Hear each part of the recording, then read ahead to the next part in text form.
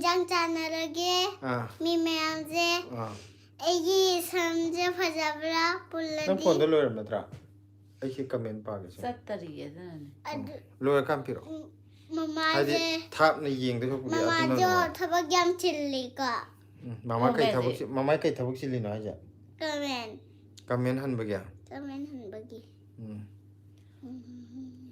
हौजिक आई संपन बजन ब्लेसी ने वादी मयाम ngang मी दे कनाम ते चंगबी रक्तरी 00 द लेरी अदो ऐगी कलर फाक्सलन ngasi yang kuina ngasi कनाम ते चंगबी रक्तरे इंद्र माले आई कोई की लाइव थारे खन बद मोबाइल स्विच ऑफ तौनगर बगनम तौरे एस मीम दी संग हे मयाम कोई दी कोई कइनो जे लाइव न थारक पदु द मयाम जे मोबाइल स्विच ऑफ तौग्रब खलवन कइनो तौरे अनि लेरम बदे अमोंग ताग्रे लाइव ला ए संगा आगे हेलो मयाम तू कनानो तो पारो तू कना मालिंग मुनियो कई इयो मुन्नी येंगो उ ना अमते उहनगे उदब्रा थाप जे उदब्रा सिकना नमते से 1 1 मथंग तो कई ने इरिदो सप्पे का यादी 1 19 user 90 user पा भाई तो चप्पे है ब्रो इसे रिसी ला है मैं पीछे चिचे ओरिना हेलो चिचे ओरिना येंगो ऐगी लपे हम पीछे तब ना हायो हेलो चिचे ओरिना हायो चिचे ओलिया हेलो क्लास क्या तमगे चिचे से हायो चिचे क्या क्लास क्या तमगे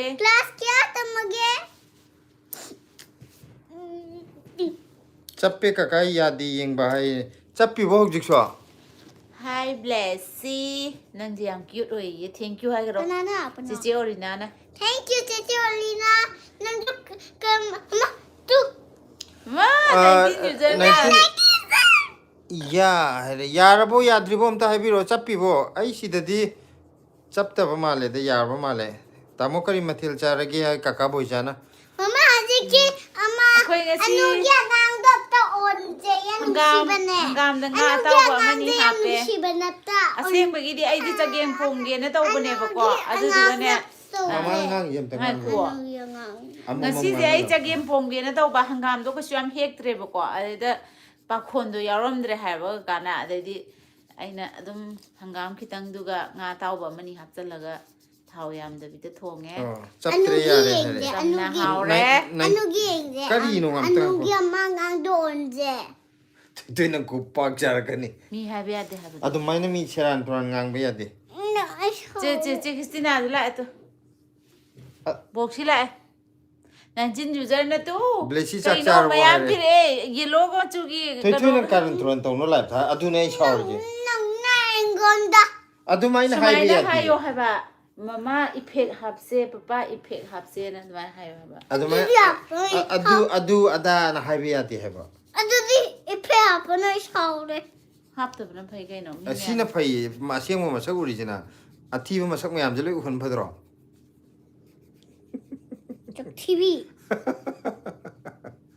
फजै द ब्लेसी का तने फजबा अतै दिलै थी मामा जो थी पापा जो थी ब्लेसी थी फजे mayam di kai mathil jana lage नंगन the फजे mayam he live se hek chang paga live chat etan namjan biro ko mayam जयापति ना हरे याम नुसी है मसु से है thank you bobok ne yam thank nusi you hai bobok ayo thank you bobok hai gro live to rojika मुथल लगे okay ngasi di thoi thoi lam he lam mina khoi live to roi thoi thoi ai muthal lage okay so nang di tum mo ya du di lam he la di tum adu di ya roi mal lam hen be ya roi maya ka ganesh tam te phone to ma nung ti ji tholang ngarang ju lang ngasi ju lang ai muthal adu di muthal e ganesh to hello phone to bobok hai gro kanano si lap me am pire jibo blessing ne na masak ithi di bala men bangang jida pink color gi ga lap sign me am pisal 19 user na me am pisal blessing ai mo te hoji Maram mokte blessy de huju phone Oh. torani. Cici kanoje Orina je class 10 ne. Okay.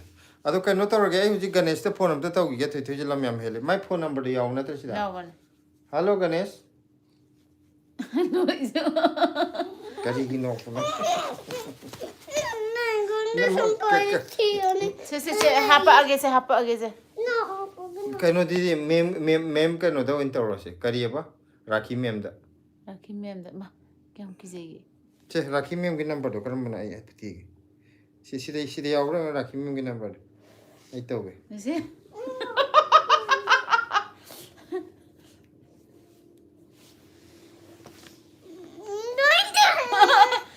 Adumai na adudi ai shaurage.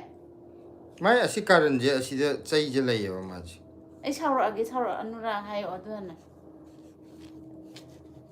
Haraba patriba na ji.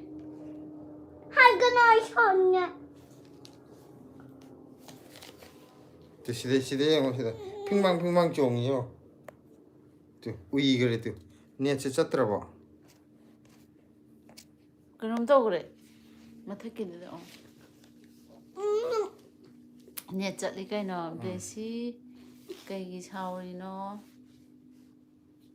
Yam nung siya nang na saubudo hayre 19 user na. 또 지지는 가이노 잉글리시 등강에. Chis nang ne am sauri do che pam de hayre. Nong ala ju sawi numita ju sawi. Ngasai ge diwali phasan sanar me ado ai huji color je loi thamden gani mi gon pito karne ba ina. 지지 어리나도 비게. Asauba angang da color pibi ya de ba color sisida 라인에 사오보네. sila si am ta hanjalo ai pibi ge mi gon. 지지 어리나 blessy기네 color ya mayam leibko ahan ba adu pirage kono Ah loi pito ra ge. 사오람니. Ma dum saule. Si joi pira dum. To asmai hai ba ge ma me ai di 고리 그노나 많이 사오잖아. ID kaino da kariba moi PTM meeting chapada mem da hairam ne bai Rakhi mem da hairam ne bai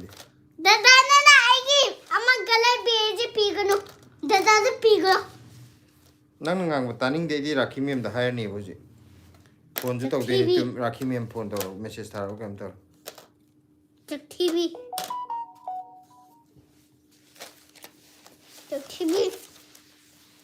No. miao ma chai ma la to bis tu miao khong e mi a ma khar anti ko moi angang tu mia dreng kan ngang na anti im ta ko finishing lore to for anti im ta ko go makagi blessy je lam ya mele mayam anti ka or daw ne hoji thangnabagido lok yam thongo ado blessy ka anti dam ta ko lam ya mele blessy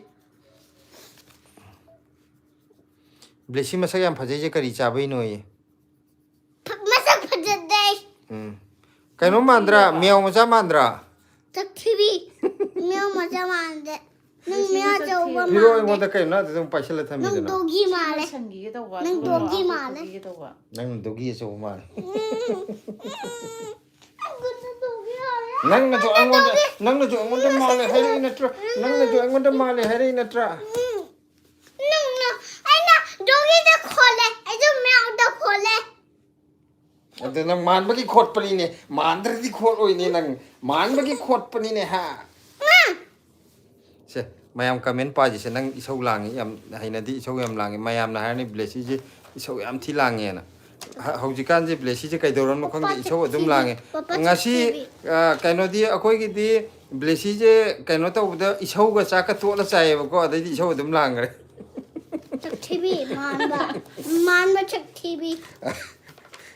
ma kanadano asmaina angang jida haibi je masak phajaba angang jida chak chaning de have the mama ni isau kara pi re de isau ga to la cha gre mo ti pek than cha gre isau ti bajan lang en de di Adam nang kono. nang isau lang ye ai di tum hai ni mayam da Check TV na tum hai har de tum hai do kan isau cha ba mayam do blessy di isau umma ga ju chai do cha ka to la ga ju chai do pai su la si comment ji mayam ya me im ta pa ge kai yo Papa chicken man. 19 user na ha aibu ꯅꯣꯛꯍꯜꯂꯤꯁꯦ ꯀꯩꯒꯤꯅꯣ ꯕ꯭ꯂꯦꯁꯤ ꯆꯦꯁꯤ ꯌꯥꯝ ꯅꯣꯛꯍꯟꯒꯅꯣ ꯍꯥꯏꯔꯛꯑꯦꯀꯣ Nole. ꯑꯗꯨꯒ Nole. 19 ꯕꯤꯂꯥꯁꯤꯅꯤ ꯑꯣꯀꯦꯒꯤꯗꯨꯗꯤ ꯄꯥꯈ꯭ꯔꯦ ꯕ꯭ꯂꯦꯁꯤ ꯅꯪꯅ ꯅꯁꯛ ꯐꯖꯔꯤꯁꯦ ꯀꯔꯤ ꯆꯥꯕꯒꯤꯅꯣ ꯍꯥꯏ ꯑꯗꯨꯒ 19 ꯌꯨꯖꯔꯅ ꯕ꯭ꯂꯦꯁꯤ ꯅꯪꯅ ꯂꯥꯏ ꯌꯦꯛꯄꯗꯣ ꯑꯝꯇ ꯌꯦꯡꯖꯒꯦ ꯐꯖꯔꯝꯗꯧ ꯃꯥꯜꯂꯦ ꯍꯥꯏ ꯕ꯭ꯂꯦꯁꯤꯅꯤ ꯌꯦꯛꯏꯁꯦ ꯀꯩꯅꯣ ꯑꯝꯇ ꯌꯦꯡꯒꯦ ꯍꯥꯏ ꯑꯗꯨꯒ ꯃꯥꯁꯦ ꯀꯂꯔ ꯁꯪꯉꯤꯅꯦ ꯀꯀꯥ ꯕꯣꯏꯆꯥꯅ ꯕ꯭ꯂꯦꯁꯤꯁꯦ Memna yene. ꯍꯣꯏ ꯃꯦꯝꯅ ꯌꯦꯛꯄ Aina yekte. ꯇꯣ ꯃꯥꯗꯤ ꯀꯟ ꯀꯟꯅ ꯂꯥꯎꯔꯒ ꯉꯥꯡꯉꯤꯁꯤ ꯎꯗ꯭ꯔꯥ ꯃꯥꯗꯤ ꯃꯅꯥ ꯄꯪꯕꯅꯦ TV ꯆꯦ manda. ꯆꯦ ꯆꯦ ꯀꯩꯅꯣꯅ ꯑꯃꯨꯛ ꯍꯥꯏꯔꯛꯑꯦ ꯇꯣ ꯆꯦꯆꯦ ꯑꯣꯔꯤꯅꯥꯅ ꯀꯀꯥ ꯕꯣꯏꯆꯥꯅ ꯍꯥꯏꯔꯛꯑꯦ ꯕ꯭ꯂꯦꯁꯤꯁꯦ ꯌꯥꯝꯅ ꯁꯥꯎꯔꯦ ꯍꯥꯏꯔꯛꯑꯦꯀꯣ ꯆꯦꯆꯦ ꯑꯣꯔꯤꯅꯥꯅ ꯌꯥꯝ ꯁꯥꯎꯔꯦ ꯀꯂꯔꯗꯣ ꯂꯣꯏ ꯄꯤꯊꯣꯔꯛꯑꯣ ꯑꯗꯨꯅ ꯐꯔꯦ ꯍꯥꯏ ꯑꯗꯨꯒ ꯁꯥꯎ ꯐꯖꯧꯀꯣ ꯀꯤꯈꯤꯗꯣꯏꯅꯦ ꯑꯩꯈꯣꯏꯗꯤ ꯃꯕꯣꯛ ꯁꯦꯟꯄꯥꯏꯅ ꯍꯥꯏ ꯕ꯭ꯂꯦꯁꯤ ꯍꯥꯏꯔꯛꯑꯦ ꯕꯤꯂꯥꯁꯤꯅꯤ ꯑꯣꯀꯦꯅ Sampai mom papa naik guna kala pikir orang. ꯑꯣ ꯄꯤꯔꯔꯣꯏ ꯑꯗꯨꯗꯤ ꯁꯥꯎꯕ ꯐꯔꯣ ꯑꯩ ꯑꯣꯟꯗꯗꯣꯔꯦ ꯑꯣꯟꯊꯍꯜꯂꯣ ꯅꯪ ꯉꯁꯥꯏ ꯑꯣꯟꯊꯍꯜꯂꯦ ꯉꯥꯎꯕ ꯍꯥꯏꯁꯤꯅꯦ Mana nanti? ꯇꯥꯏꯅꯦ Nanti tu mare. ꯆꯥꯎꯈꯠꯇꯕ ꯑꯗꯨꯃꯥꯏꯅ ꯍꯥꯏꯕ ꯌꯥꯗꯦ ꯕ꯭ꯂꯦꯁꯤ Kena mana? ꯅꯪꯉꯣꯟꯗꯩꯅꯦ ꯅꯃꯥꯔꯣ ꯁꯤꯒꯤꯁꯤꯒꯤ ꯃꯅꯝ ꯑꯣꯏꯔꯝꯒꯅꯤ ꯇꯥꯅꯤꯡꯗꯕꯅ ꯀꯩꯅꯣꯝ ꯇꯧꯋꯦ No. ꯃꯤꯅ ꯆꯥꯎꯈꯠꯇꯦ ꯍꯥꯏꯔꯛꯑꯅꯤꯀꯣ Itu koin. ꯆꯤꯡ ꯑꯗꯨꯒ ꯕꯤꯂꯥꯁꯤꯅꯤ ꯑꯣꯀꯦꯅ ꯕ꯭ꯂꯦꯁꯤꯒꯤ ꯕꯕꯥꯁꯤ ꯀꯛꯆꯤꯡ ꯂꯣꯟꯒꯦ ꯇꯧꯋꯦ ꯀꯩꯅꯣ ꯑꯩ ꯉꯁꯥꯏ ꯊꯣꯏꯊꯣꯏꯗ ꯈꯔ ꯂꯣꯟ ꯈꯣꯏꯔꯞ ꯇꯧꯔ ꯉꯥꯡꯕꯗꯣ ꯑꯗꯨꯒ 19 ꯌꯨꯖꯔꯅ ꯕ꯭ꯂꯦꯁꯤ ꯅꯪꯗꯤ ꯌꯥꯝ ꯁꯥꯎꯔꯦ ꯑꯗꯨꯅ ꯆꯦ ꯑꯣꯐ ꯇꯧꯔꯒꯦꯀꯣ ꯍꯥꯏ ꯆꯦꯆꯦ ꯆꯠꯂꯒꯦ ꯅꯪ ꯌꯥꯝ ꯁꯥꯎꯔꯕꯅꯤꯅ ꯍꯥꯏꯔꯛꯑꯦ ꯑꯣ ꯕ꯭ꯂꯦꯁꯤ ꯆꯥꯎꯕ ꯐꯔꯦ ꯑꯗꯣ ꯃꯌꯥꯝꯗ ꯆꯠꯂꯣ ꯍꯥꯏꯔꯣ ꯑꯝꯇ ꯍꯥꯏꯔꯣ ꯆꯠꯈ꯭ꯔꯗꯤ ꯀꯅꯥꯝꯇꯒ ꯋꯥꯔꯤ ꯁꯥꯟꯅꯅꯤꯡꯉꯥꯏ ꯃꯤ ꯃꯌꯥꯝ ꯂꯣꯏ ꯂꯩꯖꯔꯔꯣꯏ ꯆꯠꯈ꯭ꯔꯅꯤ ꯅꯪ ꯑꯗꯨꯃꯥꯏꯅ ꯇꯧ ꯂꯩꯔꯗꯤ ꯑꯗꯣ ꯀꯔꯤ ꯍꯥꯏꯌꯣ ꯍꯥꯏꯅꯣ ꯍꯥꯏꯔꯛꯑꯣ ꯆꯠꯄ ꯑꯝꯇ ꯌꯥꯗꯦ ꯆꯠꯄ ꯌꯥꯗꯦ ꯑꯩꯈꯣই ꯁꯥꯎꯕ ꯐꯔꯦ ꯑꯗꯨꯒ ꯑꯃꯠꯇ ꯃꯕꯣꯛ ꯁꯦꯟꯄꯥꯏꯅ ꯅꯍꯥꯟꯒꯤ ꯁꯣꯜꯗꯣ ꯂꯨꯄꯥ ꯀꯌꯥ ꯄꯤꯒꯦ ꯍꯥꯏ ꯃꯃꯜ ꯑꯝꯇ ꯃꯥꯟꯅꯗꯦ ꯑꯩꯈꯣꯏ ꯅꯣꯡꯃ ꯂꯣꯏ ꯍꯥꯏꯖꯔꯛꯀꯦ ꯃꯃꯜꯗꯣ ꯏꯆꯦ ꯂꯥꯛꯑꯣ ꯅꯣꯡꯃ ꯏꯆꯦꯅꯅꯦ ꯑꯩꯈꯣꯏ ꯁꯤꯗ ꯂꯥꯛꯄ ꯇꯜꯂꯁꯨ ꯆꯥꯟꯗꯅꯤ ꯆꯧꯛꯇ ꯊꯦꯡꯅꯁꯦ ꯑꯗꯨꯒ ꯆꯠꯂꯨꯁꯤ ꯂꯩꯕ ꯏꯆꯤꯟ ꯏꯅꯥꯎ Iche ino yade. Mina chala haidi. ꯃꯃꯟꯒ ꯀꯣꯟꯅꯅ ꯑꯃꯨꯛ ꯕ꯭ꯂꯣꯛ ꯁꯦꯝꯃꯛꯀꯦ ꯏꯆꯦ ꯑꯗꯨꯒ ꯉꯥꯉꯣꯝ ꯇꯥꯃꯣꯁꯨ ꯀꯔꯤ ꯃꯊꯦꯜ ꯆꯥꯔꯒꯦ ꯑꯁ ꯇꯥꯃꯣꯁꯦ KMCꯒ ꯏꯔꯛꯑꯦ ꯐꯃꯨꯡꯗ ꯂꯩꯔꯦ ꯍꯥꯏ ꯇꯥꯃꯣꯗꯤ ꯌꯥꯝꯅ ꯑꯞ ꯇꯨ ꯗꯦꯠ ꯈꯪꯉꯦ ꯍꯪꯒꯥꯝꯒ ꯑꯩꯈꯣꯏꯗꯤ ꯀꯌꯥ ꯉꯥꯒ ꯈꯪꯗꯦ ꯉꯥ ꯃꯆꯥ ꯑꯃꯅꯤ ꯊꯥꯛꯑ ꯆꯥꯔꯦ ꯇꯥꯃꯣ ꯎꯝ ꯆꯒꯦꯝ ꯄꯣꯝꯒꯦ ꯇꯧꯕꯅꯦ ꯑꯗꯨꯗꯩꯗ ꯄꯥꯈꯣꯟ ꯌꯥꯎꯔꯝꯗ꯭ꯔꯕ ꯑꯗꯨꯗ ꯍꯪꯒꯥꯝꯗ ꯑꯣꯏꯅ ꯉꯥ ꯃꯆꯥ ꯑꯃꯅꯤ ꯑꯇꯥꯎꯕ ꯂꯩ ꯑꯗꯨꯗꯨꯒ ꯆꯥꯊꯣꯛꯑꯁꯦ ꯑꯗꯨꯒ ꯇꯥꯃꯣꯗꯤ ꯀꯩ ꯏꯟꯖꯥꯡ ꯆꯥꯔꯒꯦ ꯀꯩꯅꯣꯅ ꯕꯤꯂꯥꯁꯤꯅꯤ ꯑꯣꯀꯦꯅ ꯁꯤꯂꯥ ꯀꯔꯝ ꯀꯥꯟꯗ ꯃꯅꯤꯄꯨꯔ ꯊꯣꯛꯂꯛꯇꯣꯏꯅꯣ ꯍꯥꯏꯔꯛꯑꯦ Itu tholakani. ꯕ꯭ꯂꯦꯁꯤꯗ ꯊꯣꯛꯂꯛꯀꯅꯤꯌꯦ ꯃꯃꯥ ꯊꯣꯛꯂꯛꯑꯗꯤ ꯅꯪꯗꯤ ꯊꯣꯛꯂꯛꯇꯕ ꯌꯥꯗꯦ ꯅꯄꯥꯈꯛ ꯊꯣꯛꯂꯛꯑꯗꯤ ꯅꯪꯗꯤ ꯑꯩ ꯅꯥꯛꯇ ꯂꯩꯍꯧꯒꯗꯕ ꯑꯗꯨꯗꯨꯅ ꯃꯃꯥꯊꯣꯛꯑꯗꯤ ꯃꯆꯥ ꯌꯥꯎꯗꯕ ꯌꯥꯗꯦ ꯃꯄꯥꯗꯤ ꯌꯥꯎꯔꯁꯨ ꯌꯥꯏ ꯌꯥꯎꯗ꯭ꯔꯁꯨ ꯌꯥꯏ ꯃꯕꯣꯛ ꯁꯦꯟꯄꯥꯏꯅ ꯍꯣꯏ ꯍꯥꯏꯔꯦ ꯏꯆꯦ ꯑꯩꯈꯣꯏ ꯀꯔꯝ ꯀꯥꯟꯗ ꯊꯣꯛꯂꯛꯇꯣꯏꯅꯣ ꯒ꯭ꯌꯥꯟ ꯇꯥꯗꯦ ꯀꯔꯤ ꯂꯝꯗꯩꯅꯣ ꯀꯩꯅꯣꯁꯦ ꯕꯤꯂꯥꯁꯤꯅꯤ ꯑꯣꯀꯦꯁꯦ ꯀꯩꯅꯣꯅꯦ ꯈꯪꯗꯦ ꯀꯛꯆꯤꯡꯗꯒꯤ ꯅꯠꯇ꯭ꯔꯣ ꯀꯛꯆꯤꯡ ꯍꯥꯏꯕ꯭ꯔꯣ ꯅꯪ ꯊꯣꯏꯊꯣꯏ ꯅꯪ ꯆꯠꯂꯁꯨ ꯌꯥꯔꯦ ꯂꯝ ꯍꯦꯜꯂꯦ ꯑꯩ ꯅꯨꯡꯁꯤꯗ꯭ꯔꯦ ꯅꯪ ꯐꯖꯅ ꯍꯥꯏꯔꯝꯗꯦ ꯑꯩ ꯅꯨꯡꯁꯤꯗ꯭ꯔꯦꯕ ꯑꯩꯗꯤ ꯉꯥꯎꯁꯟꯅꯩꯑꯕ ꯅꯪ ꯑꯁ꯭ꯋꯥꯏ ꯐꯝꯃꯨꯔꯁꯨ ꯑꯁꯣꯟ ꯊꯥꯗꯣꯛꯈ꯭ꯔꯁꯨ ꯃꯥ ꯂꯝ ꯍꯦꯜꯂꯦ ꯀꯂꯔꯁꯦ ꯃꯣꯕꯥꯏꯜꯗ ꯍꯥꯞꯆꯜꯂꯣ ꯁꯨꯝ ꯊꯥꯗꯔꯦ ꯑꯩꯗꯤ ꯅꯨꯡꯁꯤꯗꯦ ꯑꯉꯥꯡ ꯆꯒꯠ ꯆꯒꯠ ꯂꯥꯎꯕꯁꯦ ꯀꯂꯔ ꯍꯥꯞꯆꯜꯂꯣ ꯍꯥꯏꯗꯤ ꯃꯥ ꯂꯝ ꯍꯦꯟꯕ ꯌꯧꯔꯦꯕ ꯃꯌꯥꯝꯅꯁꯨ ꯂꯤꯃꯤꯠ ꯂꯣꯏ ꯌꯧꯔꯦ ꯍꯥꯏꯔꯛꯑꯅꯤ ꯅꯨꯡꯁꯤꯗꯦ ꯃꯥꯗꯤ ꯂꯝ ꯌꯥꯝ ꯌꯥꯝ ꯍꯦꯜꯂꯦ ꯅꯨꯡꯁꯤꯔꯝꯕꯗꯒꯤ ꯅꯍꯥꯟꯈꯩꯗꯤ ꯑꯝꯇ ꯌꯥꯝ ꯅꯨꯡꯁꯤꯕ ꯅꯨꯡꯁꯤꯗ꯭ꯔꯦꯅꯦ ꯑꯉꯥꯡꯅꯦ ꯍꯧꯖꯤꯛꯇꯤ ꯂꯝ ꯍꯦꯜꯂꯦ ꯅꯨꯡꯁꯤꯗꯦ ꯂꯣꯏ ꯍꯥꯏꯔꯛꯑꯅꯤ ꯑꯩꯅꯁꯨ ꯅꯨꯡꯁꯤꯗ꯭ꯔꯦꯕ ꯍꯧꯖꯤꯛ ꯃꯥ ꯂꯝ ꯍꯦꯜꯂꯕꯅꯤ ꯑꯁ꯭ꯋꯥꯏ ꯀꯥꯡꯒꯗ ꯑꯣꯏꯅ ꯊꯝꯃꯨꯔꯃ ꯀꯩꯅꯣ ꯑꯩꯗꯤ ꯍꯥꯏꯅꯤ ꯅꯪ ꯂꯝ ꯍꯦꯜꯂꯗꯤ ꯑꯗꯨꯝ ꯍꯥꯏꯅꯤ ꯑꯩꯗꯤ TV ꯂꯝ ꯍꯦꯟꯕ ꯅꯪꯅꯦ ꯊꯤꯔꯤꯗꯤ TV. ꯅꯪ ꯉꯁꯥꯏ ꯃꯤꯡꯖꯦꯜ yengꯗ꯭ꯔꯣ Yengadi bijede ingidi bade. ꯃꯤꯡꯖꯦꯜ yengꯕꯗ ꯐꯖꯩꯗꯣ ꯅꯪ ꯅꯃꯤꯠ ꯁꯣꯛꯄꯩꯅꯦ ꯅꯃꯤꯠ ꯀꯩꯅꯣ ꯇꯧꯗ꯭ꯔꯦ ꯑꯅꯣ ꯎꯞꯇ ꯌꯥꯔꯔꯣꯏ ꯃꯤꯠ ꯁꯣꯛꯄꯩ ꯅꯪ ꯐꯖꯕ ꯃꯥꯜꯂꯤꯅꯦ ꯏꯪꯂꯤꯁ ꯑꯃꯨꯛ ꯉꯥꯡꯕ ꯍꯧꯔꯦ Adode ingaro.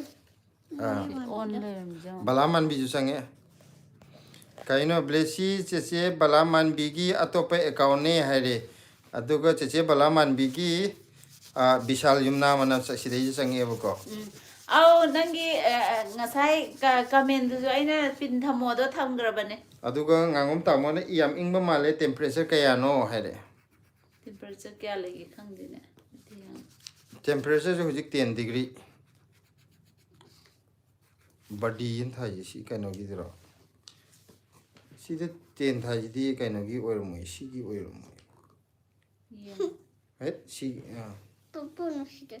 She like the road and the higher. Ma'am, like to be able sing na like tung nambi yo sagi screen da. Mama, going to Pubia yate. Ain't a push. Nung tum hole as a boy, nung din tum hole as a boy, boy the dear. Nang na Pubi de. Kaida. Of the 10 degree Mugla. Put a puhai buggy. I said la dinang adam yauni have. Moi nina hang easy come candalak to know hang a dinner. Aduga Farhan Khana Kahase ho, hai blessim the Kungur Kahase ho. Am the high gro Kahase ho. We are from Kainom Haidena. I am from High Grom. I am from Manipur. Hayo Madi Kangoy and quite. Dong Angom Tamona, Hangam, Iron Baga, Iron Baga Hangam, was Ari Tamodi. Aduga, Chichi Balaman Bina High, Hareko. Aduga Chichi Olina, Bramindo, Olina. Nang Saurdi, and a color Lorani Hare. Aduga Farhan Khana. Kahase ho up, Hareko. We are from Manipur, Ham Manipur Karene, Wala Abi Pilar Delimio. Kangembam Jen Tiju Jang Blessy Yam Kesanarina, hai. Blessy Yam Kesanari. Mata Kissan of Hensele. Aduga, Cheche Balaman Bina, Blessy reply to Biro, Che Balaman Bigi, hai. Lap of the Pigosi. Aduga, he, thank you. Aduga, Arun Nepalina, hi, Hareko. Aduga, Balaman Bin. Nang so yam lang it to Tunang to Nuxidi, sing but Chala. A quick again, young Yaran. So young. A Nasinga Kumakano. Separase. Masaksi Tea. What's in tea, Papa? So yam lang, I nang tale Hainadin, so yam lang. Not son tomorrow or some cado. Mina Hirani, she can like Nang the young little. Kakana, she Hirani of Blessy can on torment to. He like young, I'm taking Okana Chang and Ting. Young, Ting. What can you book a Jalani? No, Niggy, the light. What can you put in a hiding and the show yam lang it like Hilary had a. Now, so long thing, a city so young. And today, what can you book a game Jalani? No, need a A quite an easy chat low in show yam lang and quite see them lane. I don't need a car. A quite any soon chat low in show yam lang. Jello, I ain't there. What can you book a game? A wakal pukai to see the lani. I don't think more game, the Jalani. Moigium the Nang Natona Lairuge hero. Yeah, coming barrow. Yeah, To take an and wine down. Manipur the 13 degree ko Mabok and Pina, blessing around to sawing, I see you sawi Karigino, Saura di Masak Tivane, Hareko. Blessy Hojikana, as how again Zangchari, Machaka Tola Tolaga. Daddy! Nang Sachadra. I didn't chow. That's how we do Zabagi and Gania. A quit this how them in Zabi there. Aduga, Wakalki Pukaina had a Ningaita Wea deco to Twinung CV had it. How can you? Oh, Kagi Pukaina had a put a Wakalki Pukaka Gas Hower near Daddy. Aduga, Jonah had I am to Manipur high. Aduga, Balaman Bina, Blessy, no Manipur da. Lady Kangi Lamdo Kai Oidoino Haiba Hai. A coin of Manipur the lady I the Layram Lamduki Mammy Pumlosi Paika away. Oh, we can't delay Ramado Pumlosi Paika away. Aduga, Nandi Kangamaroy, Wakalgi Pukai Kakana, Toitoi, Karito again a city, Yam Sawida, Sawaya Deco, Hare Kakana. Aduga Masak Loina, Tirani Sauragadi, Adunas How no Hare. The Mamma's a teaser, Marai Tang Bohoret. TV, I couldn't find it. Balaman Bina, Soundwo, Hare, this is Sharmana. Cannot already Nangsum Sauler di Anui Kanoji the Nangi channel, the subscribe to Roy Herani. Talk, no. aduga bilasini okay na ai kakking da gini basanta haire ko Kanana phone tawai. khangembam Kanana phone tawai. amta lok so ito lau so bai Nande, ai kije. ai ju kije khangembam jentina saura sunung siye papa na haiba illu hai Inde. ngangom tamona blessing asidi mai kapi ole ngari makeup ido ol aduga sau begini hari je sau di nung si hari kada ba mirror boyna Bihar bage shaure. mirror boyna yam phajaye nagonda paibana tisi monje amta sokke tawuni nagonda nate ai nagonda sokpa talle haba nang iru julu de di talle ba sokpa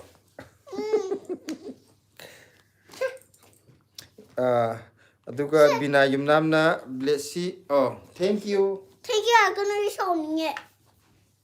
thank you haira roy aduga kainona bina yumnamna blessy sahon ganu maram mokpini masaksu phajai blessy di haire ko Kujate. nung kana male Kem ta mande. color da wo da ne color dong dong na sau bu se tu thoi na sawe or mani mi me am sang enga ji di unicorn je chani yo we like ti am ta taw rak te me am je Copy ganu. Ai chagon je hore na mang da thok jara kan edu kaur jara so I thola ni aduga thoi ko di lam melody Sao ra yo color na han sang to ena. tuk tuk tuk sau ra ka ne pure ngunda. Angunda pure. sau ra ka Tiri color made nang. hoi ne ai budi sakti bi male to nang shower di nang ju sakti bi olani chap manari ba se nang ne blessing na like na mo na hai da bagi kan am ta like na birak tare mayam na haire blessy na haida bai namak tri ne blessy na haire di namak kani haire to me am changi e du du ga mayam ai mobile am pari je naksan na gan tok dradi mit che suktok dradi khoi mit che phatam ni na ko aduna sida ki comment pa gen to sila nang gi je chat tre ni ne loira bo si ja ngasi ne nungai ti e yaw di yaw ri bro yarom ga ni tu ji bi ko nom phang da ne ai ka su pai di ke no ne nungai ti ha ba ngasai di video ai ke no jina chat tri ro na tra ga ai jina ne le chat ri bro sida chat le ha ba comment tum lak bro 75 khakta ngai khre he ne tu wakhal gi bukai na kari no oh english lon ba phara brai akhoi gi si gi setting da sema ga ya lai rame pre khoi na khang da ba hana si kari gumba off on tau tar di on masana dum tau jara me aduga kaino na mirror boy na haire je blessy je hero ni male film male haire adumai chola tu chagon du na mai horen nang tholok tu ro Vishal na 75 khak ngai gre haire kaino na balaman bi ne mi je khangan handa gre na Kajaga gegi. Amma. khoi prem di pa gre ko balaman bi na kayenjang charage hange hangam ga nga ga thonge nga ga sai mayam di kari kari mathel charage kaka prem di kari charba ngasi ka prem di hajikan phajana chadhara mani ahaw ahaw khara thara khara ni na hoji nungdang chak thong do khara tanba pharamani da akhoi ka prem gi video do aina ga facebook ta thagat pani nang yenga di am nokning am gani am ta changa yengo aina voice over dok sallaga akhoi gi saab ne ba ai facebook ki du nan gani mirror boy na blessy je masak yam phajai film kumal lo hai Kuinde. Ai kije. film kumba kai ki jai ba isai ye saktui ne sei ga satoi ne Ai kaja. ikai je nang ikai khangbra ne nang na di ikai tre ne mingo da namaste ga hairu dai ne makada aduga ma ikai dre mama ai ikai dre tonda kai no si color si bu si sangna bra adu thoi taning de angau bi don huchen do law ri kai gino aduga wakhal gi pukaina lapu thong bachare hai asna lapu hapa ki do er mani ma chai je aduga orangani Se. Yo. Shikai no. yengi te ma hai Orange. aduga balaman bina blessy maram mokpuni da sauranu wo hai saudre blessy saudre Shawani. blessing aktak sawalaki ko madi saurga masak am phajabne ado ma je khitanga sawhange madi sum sawanje ko madi sauraga madi kano tor kini ba sidai da masi yeng ting lo pal kini ba horen saurga adagi makhajai ga se pan chongakani madi sauradi aga maraton ga se tak khapakini amte inge khappa be inge am tu mayam pak thara khappe tu madi mamit ka se koro ole ma sawi ne se to angonda nuksidi harani madi sauradi saktibi to ai blessy ai di sakti bine to blessy ju ai ga samana de sauramina ma ju masak tijan gare blessy bani chamana re masak ma saudradi ma ju saktibi natte nang saktibi adu nang masak sauramnina nang tijan gare ba saktibi sauba pharaga di phaja thorkadone ba ko adu nang sauramnina masak se yadre ba nang madi saur phaja ba hengale adu gi ro ma sauri ja amte yengine sum phaja thoraba sauraga ai ma masan sum sangdore saur ga ai mama dis aduna ne na ma sauri ji aduna oi tare nga sai mama ai asau ga cha ka kita cha ge asau kita cha ge na ha ga ma to la cha gi dai na asau ga nang si asau ke tengkot kya cha ge ahum cha ba hai kono angona nangan the kono theng kono ngang mama ne theng da ai na ti ai kon ge ma na theng da na ba no kono ai ga khana ra ba ai ga ba shide na gani ma ai ga khana isau yam la ge ngang je re mirror boy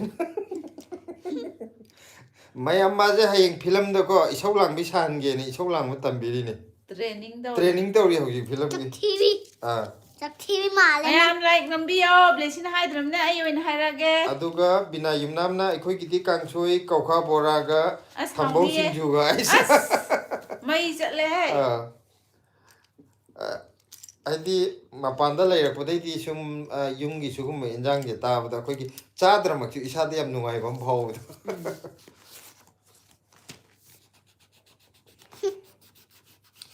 adagi kainona hai balaman bina nang adumaina tawrabanina ai video ji yengaroi ko bye bye hai yam nungai tana hai mi sum saura chatna gare bu ko adagi mabok sempai na मटर ने आलू ने सब्जी पूरी गाजर हलवा है हां ये सिजो गाजर हलवा से आई अम तो ड्रीम तो नंग चाद्री बा सादी सारे अद आई गाजर होंगी इराई लाइव ने गाजर हलवा सिंजित सिलगा दम कनो तो दना अदो इराई लाइव ने जे हावन गे दी आई बसंगम गनी बा माने अखोइना तौददी इराई लाइव का महौ दुदी आई बमी के दी माना रोय मालगा ai thai na gajar halwa ai je halwa du da gajar halwa du da halwa ju khara hapdo adamai na khanba aduga last gajar ngak ta gi oi le rame gajar ki halwa hai je suchi kara hapam madra kaina ga mirror boina hai ma sum chaw gi da bet nupi malak do re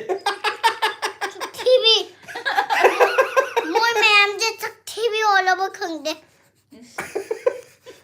ma sum chaw bet nupi malak ai lap chok te ne mi ma'am na machin chiaga nang na chaw bai ne mayam na bet nupi malak do re nang ne no alai ra di mayam da hello ga hai di mayam like to ro ga hai na hai re sida advertise to lo hai re je to inde ai shoni ka heng digi live to ro ji hai ngasi mayam koi live se ngasi na last orani ai di blessy adum chaw lai re ma kana sauri tat le ko aduna hayeng di live to ro ko mayam na live to ro hai je blessy kha ki yeng na bagi ne na tra akoi di masa ne ba adu ma dum chaw le ba ni na akoi heng de live to ro aroi ngasi wari sana ba ya ba khara sana ra ga to ase hai di mayam blessy yeng mayam na je kana to budi to kana ngani to go ai uroi mi ma'am da ulan dai adu na sun chalo sike dorino live to bom da ke dorino asun chalo tu yam chaw le to nangi pham okay bye bye akoi mayam khoi live to ke blessy yaw da bidar mama ga papa ga to ge blessy na asun na kan da ko ma di isai sha lai ni tv mal mayam sum benefi sum mala be ngom ta heroine asau aduga bhagi tawni da ma di benefi na te heroine da yam sagon bi heroine ta tv mal wakal ki pukai ka kana kai no mi rei je itai ma ngasi su tamona ahawba pijai ko tamona yam luna tawbi ko to bi de tamora hawo bizo na te ai sani ara ga le heli bani ma sang han le ponte ai du nga yaw du di jak ja be de nga loi chokra di ne ai hinjang je haw tro hoi de ni ꯃꯥ ꯉꯥ ꯌꯥꯎꯗ꯭ꯔꯗꯤ ꯃꯁꯛꯁꯦ ꯊꯨꯝꯌꯥꯛꯄꯤ ꯁꯨꯝ ꯃꯥꯜꯂꯦ ꯑꯩꯅ ꯉꯥ ꯍꯦꯛ ꯂꯣꯏꯊꯣꯛꯈ꯭ꯔꯕꯀꯣ ꯆꯥꯛꯁꯦ ꯑꯗꯨꯝ ꯍꯦꯛꯇ ꯆꯥꯅꯤꯡꯗꯦꯕ ꯑꯗꯩꯗ ꯑꯩꯅ ꯊꯨꯝꯌꯥꯛꯄꯤ ꯃꯥꯜꯂꯤꯉꯩꯁꯤꯗ ꯈꯔ ꯄꯤꯖꯍꯧꯗ꯭ꯔꯒꯗꯤ ꯅꯠꯇ꯭ꯔꯒꯗꯤ ꯉꯥꯇꯣꯡ ꯉꯥꯔꯤ ꯑꯃꯨꯛ ꯃꯥꯟꯈꯤ ꯇꯥꯔꯦ ꯑꯁꯤꯒꯨꯝꯕ ꯉꯥꯗ ꯑꯩꯅ ꯆꯥꯔꯤꯁꯦ ꯊꯨꯝꯌꯥꯛꯄꯤ ꯈꯛꯇꯅꯦ ꯉꯥꯇꯣꯡ ꯉꯥꯔꯤꯒꯥꯏꯗꯤ ꯆꯥꯕ ꯍꯩꯅꯗꯦ ꯑꯩꯈꯣꯏ ꯕꯂꯥ ꯃꯥꯟꯕꯤꯅ ꯕꯥꯏ ꯍꯥꯏꯔꯛꯑꯦꯀꯣ ꯃꯕꯣꯛ ꯁꯦꯟꯄꯥꯏꯅ ꯑꯊꯨꯝꯕ ꯄꯥꯝꯕ꯭ꯔꯣ ꯍꯥꯏꯔꯛꯑꯦ ꯄꯥꯝꯗꯦ ꯑꯊꯨꯝꯕꯁꯦ ꯏꯆꯦ ꯑꯄꯥꯝꯕ ꯈꯔ ꯑꯗꯨꯅꯦ ꯍꯥꯏꯗꯤ ꯑꯊꯨꯝꯕ ꯈꯨꯗꯤꯡꯃꯛꯇꯤ ꯂꯣꯏ ꯆꯥꯗꯦꯕꯀꯣ ꯒꯨꯂꯥꯒꯨꯝꯕ ꯂꯥꯜ ꯃꯣꯍꯣꯜꯒꯨꯝꯕ ꯑꯗꯨꯒꯨꯝꯕꯗꯤ ꯆꯥꯏ ꯍꯜꯋꯥꯒꯨꯝꯕ ꯑꯗꯨꯗꯨꯒ ꯈꯦꯔꯒꯨꯝꯕꯁꯨ ꯀꯌꯥ ꯆꯥꯅꯤꯡꯗꯦ ꯑꯩꯗꯤ ꯆꯥꯕ ꯍꯩꯅꯗꯦꯕ ꯑꯗꯨꯗꯨꯅꯅꯦ ꯃꯥ ꯀꯩꯅꯣꯁꯦ ꯃꯦꯟꯇꯦꯟ ꯇꯧꯔ ꯂꯩꯔꯤꯁꯦ ꯆꯩꯔꯨꯡ ꯎꯁꯤꯠꯇꯦ ꯃꯌꯥꯝ ꯆꯩꯔꯨꯡ ꯃꯌꯥꯝ ꯑꯩꯒꯤ ꯕꯤꯄꯤꯁꯦ ꯀꯌꯥꯅꯣ ꯃꯈꯥꯗꯅ 50ꯒ 3ꯔ ꯉꯁꯥꯏ ꯂꯩꯕꯗꯣ 53 ꯂꯩ 53 53ꯁꯨ ꯂꯩ 60ꯗꯤ ꯌꯧꯗ꯭ꯔꯦ ꯑꯗꯨꯗꯨꯒ ꯃꯊꯛꯇꯅ 90ꯒ 3 95 ꯑꯗꯨꯃꯥꯏꯅ ꯂꯩ ꯑꯗꯨꯗꯨꯅ ꯃꯥ ꯆꯥꯎ ꯊꯛꯑꯣ ꯈꯤꯇꯪ ꯕꯤꯄꯤꯗꯣ ꯀꯩꯅꯣ ꯍꯤꯗꯥꯛ ꯑꯣꯏꯅ ꯆꯥꯕ ꯀꯩꯅꯣ ꯇꯧꯗꯕꯅꯤꯅ ꯆꯤꯟꯖꯥꯛ ꯑꯣꯏꯅ ꯈꯔ ꯐꯖꯅ ꯆꯥꯎ ꯍꯥꯏꯔꯗꯤ ꯃꯥ ꯍꯥꯏꯕ ꯑꯩ ꯕꯤꯄꯤ ꯃꯦꯟꯇꯦꯟ ꯇꯧꯗꯣꯏꯅꯤ ꯇꯥꯅꯤꯡꯗ꯭ꯔꯦ ꯑꯦꯁ ꯄ꯭ꯔꯦꯝꯂꯇꯥ ꯊꯤꯌꯥꯝ ꯂꯥꯛꯑꯦ ꯉꯁꯤꯗꯤ ꯌꯥꯝ ꯉꯜꯂꯛꯏꯗ ꯄ꯭ꯔꯦꯝꯂꯇꯥꯁꯦ ꯀꯃꯥꯏꯅ ꯇꯧꯔꯤꯖꯥꯠꯅꯣ ꯌꯥꯍꯧ ꯉꯟꯕ꯭ꯔꯥ ꯀꯩꯅꯣ ꯕ꯭ꯂꯦꯁꯤ ꯀꯅꯥꯅ ꯀꯔꯤ ꯍꯥꯏꯕꯒꯤ ꯁꯥꯎꯔꯤꯅꯣ ꯍꯥꯏ ꯀꯩꯅꯣ ꯑꯁꯤꯗ ꯀꯤꯔꯥꯅ ꯕ꯭ꯂꯦꯁꯤ ꯁꯥꯎꯔꯗꯤ ꯃꯁꯛ ꯊꯤꯔꯅꯤ ꯁꯥꯎꯒꯅꯣ ꯍꯥꯏꯔꯦ ꯕꯤꯅꯥ ꯌꯨꯝꯅꯥꯝꯅ ꯁꯤꯂꯥꯒꯤ ꯁꯣꯜ ꯃꯌꯥꯝꯗꯣ ꯂꯣꯏꯅ ꯐꯖꯩ ꯍꯥꯏ ꯑꯗꯨꯒ ꯋꯥꯈꯜꯒꯤ ꯄꯨꯀꯩ ꯀꯀꯥꯅ ꯑꯩꯗꯤ ꯊꯣꯏꯊꯣꯏꯁꯦ ꯕꯂꯥꯗꯒꯤ ꯍꯦꯜꯂꯦ ꯈꯜꯂꯒ ꯕꯦꯠ ꯅꯨꯄꯤ ꯑꯣꯜꯂꯦ ꯇꯜꯂꯤꯗ TV ole. TV ole. ꯀꯀꯥ ꯅꯪ ꯋꯥꯈꯜꯒꯤ ꯄꯨꯀꯩꯅꯤꯀꯣ ꯀꯀꯥ ꯅꯪ ꯑꯗꯨ ꯍꯥꯏꯖꯜꯂꯛꯏꯗꯣ ꯃꯥ ꯁꯥꯎꯔꯤꯉꯩꯗ ꯀꯀꯥ ꯅꯪꯉꯣꯟꯗ ꯑꯣꯟꯁꯤꯜꯂꯛꯀꯗꯧꯔꯦ ꯃꯦꯁꯤ ꯁꯥꯎꯕꯁꯦ TV ole namshi. ꯕ꯭ꯂꯦꯁꯤ ꯀꯀꯥꯗ ꯑꯣꯏ ꯇꯥꯏꯅꯔꯛꯀꯗꯧꯔꯦ ꯃꯃꯥꯒ ꯄꯄꯥꯒ ꯇꯥꯏꯅꯔꯝꯕꯗꯒꯤ Tana kugun. ꯑꯗꯨꯒ Shawninge. ꯀꯀꯥꯏ ꯍꯥꯎꯀꯤꯞꯅ ꯀꯨꯀꯤꯅ ꯀꯃꯦꯟ ꯇꯧꯕ ꯌꯥꯕ꯭ꯔꯣ ꯐꯖꯅ ꯂꯣꯏꯅꯃꯛ ꯋꯥꯔꯤ ꯁꯥꯟꯅꯕ ꯑꯩꯈꯣꯏꯒꯤ ꯂꯣꯏꯅꯃꯛ ꯆꯦꯅꯦꯜꯁꯤꯗꯤ ꯌꯥꯏ ꯋꯥꯔꯤ ꯐꯖꯅ ꯁꯥꯟꯅꯕ ꯅꯨꯡꯁꯤꯅꯕꯒꯤꯅꯦ ꯑꯩꯈꯣꯏꯗꯤ ꯈꯠꯅꯕꯒꯤ ꯆꯦꯅꯦꯜ ꯅꯠꯇꯦ ꯑꯗꯨꯒ ꯀꯩꯅꯣꯅ ꯋꯥꯈꯜꯒꯤ ꯄꯨꯀꯩ ꯀꯀꯥꯅ ꯅꯣꯛꯂꯛꯑꯦ ꯍꯥ ꯍꯥ ꯍꯥ ꯅꯣꯛꯂꯛꯑꯦꯀꯣ ꯑꯗꯨꯒ ꯔꯤꯁꯤ ꯁꯔꯃ ꯀꯔꯤꯕ ꯑꯣꯂꯤꯅꯥ ꯍꯥꯏꯕ꯭ꯔꯣ ꯑꯣꯂꯤꯅꯥ ꯍꯥꯏꯕ꯭ꯔꯥ ꯃꯥꯁꯨ ꯅꯣꯛꯑꯦ ꯅꯣ ꯀꯝ ꯄ꯭ꯂꯤꯖ ꯂꯥꯏ ꯚꯥꯏ ꯀꯔꯤ ꯍꯥꯏꯅꯣ ꯃꯥꯏꯁꯦ ꯄ꯭ꯔꯦꯝꯂꯇꯥ ꯊꯤꯌꯥꯝꯅ ꯁꯤꯂꯥꯡ ꯑꯁꯤꯗꯤ ꯃꯨꯟꯗ꯭ꯔꯕꯣ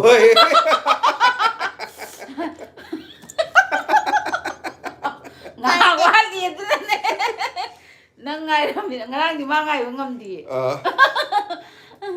ꯑꯩꯁꯦ ꯅꯨꯡꯊꯤꯟꯒꯨꯝꯕ ꯈꯤꯇꯪ ꯑꯃꯨꯛ ꯇꯨꯝꯃꯗꯤ ꯈꯔ ꯐꯗꯧꯅꯤ ꯏꯁꯥꯁꯦ ꯄꯥꯛꯅ ꯍꯦꯛꯇ ꯕꯔ ꯍꯦꯛꯇ ꯄꯠꯂꯤꯅꯦ ꯀꯃꯥꯏꯅ ꯇꯧꯅꯤ ꯃꯥꯗꯤ ꯅꯣꯡꯃꯗ ꯉꯥꯟꯊꯛ ꯑꯍꯨꯝ ꯃꯔꯤ ꯄꯥꯏꯕꯅꯤ ꯉꯁꯤꯒꯤ ꯄꯥꯏꯗ꯭ꯔꯤ ꯉꯥꯏꯍꯥꯛ ꯂꯩꯗꯤ ꯃꯍꯥꯗꯦꯕ ꯅꯤꯡꯍꯧꯔꯅꯤ ꯍꯟꯗꯛꯀꯥꯟꯁꯦ ꯇꯨꯝꯅꯤꯡꯕꯒ ꯐꯥꯎꯔꯛꯄ ꯋꯥꯅꯦ ꯅꯣꯛꯅꯤꯡꯉꯦ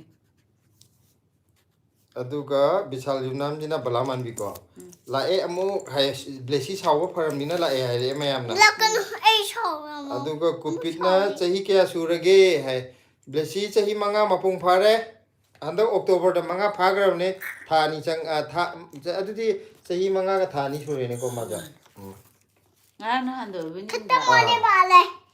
ꯈꯇꯪ ꯀꯔꯣ ꯑꯠꯁꯤꯁꯦ ꯀꯔꯥꯏꯅꯣ ꯍꯥꯟꯅꯒꯤꯗꯣ ꯌꯦꯡꯒꯦ ꯍꯤꯟꯗꯤ ꯉꯥꯡꯒꯅꯣ ꯑꯗꯨꯒ ꯍꯥꯏꯕꯗꯣ ꯕꯂꯥ ꯃꯟꯕꯤꯅ ꯍꯥꯏ ꯍꯥꯏꯔꯛꯑꯣ ꯍꯥꯏ Ama.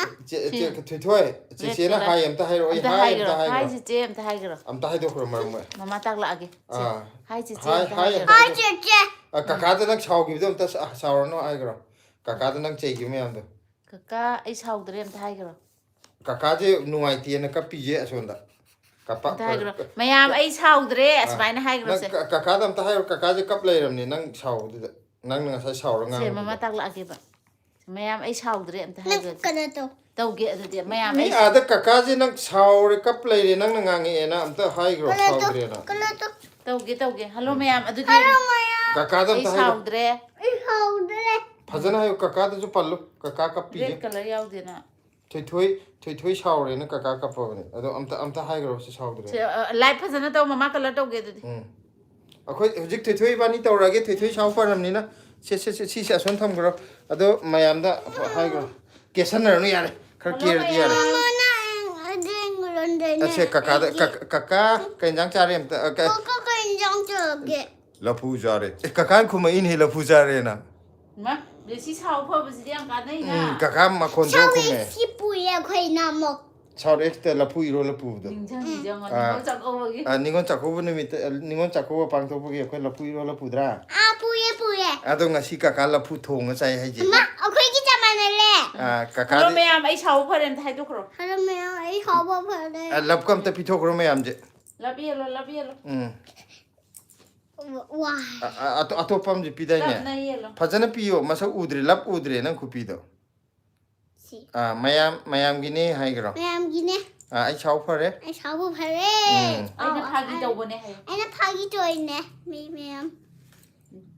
aduga cupid sina hai re e balaman bijai gi best friend ne na ha After game on, the smiling on there. After Tabi, I smiling on ซึ่ง there. อันนั้นตัวนี้นะกัน aduga cupid tu na che ria lakshmi ka wo hai acha akoi balaman biga ria lakshmi cupid na changai je si na ria lakshmi ka wo hai ba moi ani je khangna ba moi kanggu or mane อีสิ่งนั้น akoi sangai yam jak thore adu panghap ta hapchalu no mine pap da nungai tam yeng da nungai tam ne ba Ama kamu tahu se tidak? nang masak phajab da taw si je taw si je na phajab tu ว้าว ya tu mina phamu จับ ya พัฒนาเสียงเบี้ยจับฮัลโหล si da tum le je ko ya ya phajab ก็เลยจริงที่อิตาเดียเป็นเบสิอันเตียด ria lakshmi na cupid sine ko prem lata thiam nene na haire je blessy nang na saubudo mi kapada naton dagi pi tare e ororo tare ai je thuta aduga bishal jumna kaino je balaman bina tabro haire ko aduga todarsim yam nungsiye haire thoi yam nungsi haire Mana apa dong? sigi kaino je todarsim hai je aduga sus gaming na hello hai ne salam jaya sanuna aseng bairo hai re aduga balaman bina thank you ase kakagi message la etu wakal ki pukai kakagi thoi kaka off lairage ko thoi ju sum chauraga laire tamo itei mai off laijarage hai okay good night kaka kaka like pap sangra ni atu gini kaka good night hai gro Udah deh. nang ngasai lam heling ai dane ตัวเขากี่ yumnam punja bihari na hello hai re hello hai gro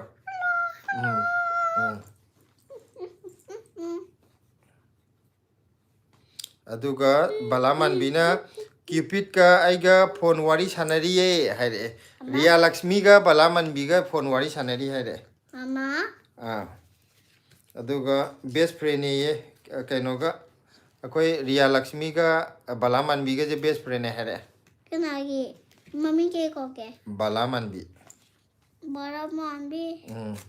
aduga mabok sen paina lapu kamai thongge aikoi irombo oina chai hai silana am ta hai go เสียกลางช่วยกับจับมันนะทงด้วยเนี่ยเอาค่อยน่าจำทงอีกนะอะไรนั่นเราพูดทงแบบอาจจะจำเห่าวันนี้มันกันคิดตั้งทักวิโอบอกว่าอาลูกก็กลางช่วยทงจุยายอาดูก็งากลางช่วยตัวนี้งาตุ้มท่าอินะตุ้มท่าอันนี้ lapu แล้วพูดกลางช่วยไอ้เสียจับมันเลยกลางช่วยทงบอกว่า mi yumda lapu ga nga phak thong mai na เอาค่อยยันใจเองแบบเห่าวันนี้เจ๊จับมันเลยกลางช่วยกัน Mama dioleh.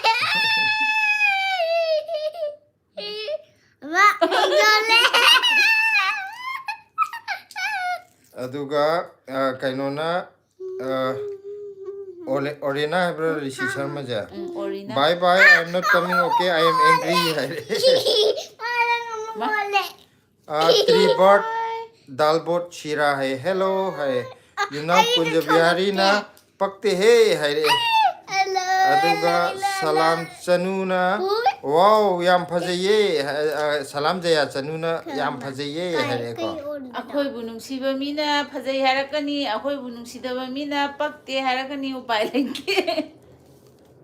ani ma khai re je phai tu shu ก็มีน้ำตัวจะทำให้ได้สิยัง a aduga sus gaming na what's your name haire ko blessy nang laming hai dokro My name is Blessy. aduga kainona kariba Riya Lakshmi na phare kaino moi masen khatnari yumnam kunjabiyari duga Riya chanuga maming duga pa ipakten moi masen khatnari Kanaga. pakte ha moi masen khatna bai or mani sila oh Kanano kanna ba na kanaga?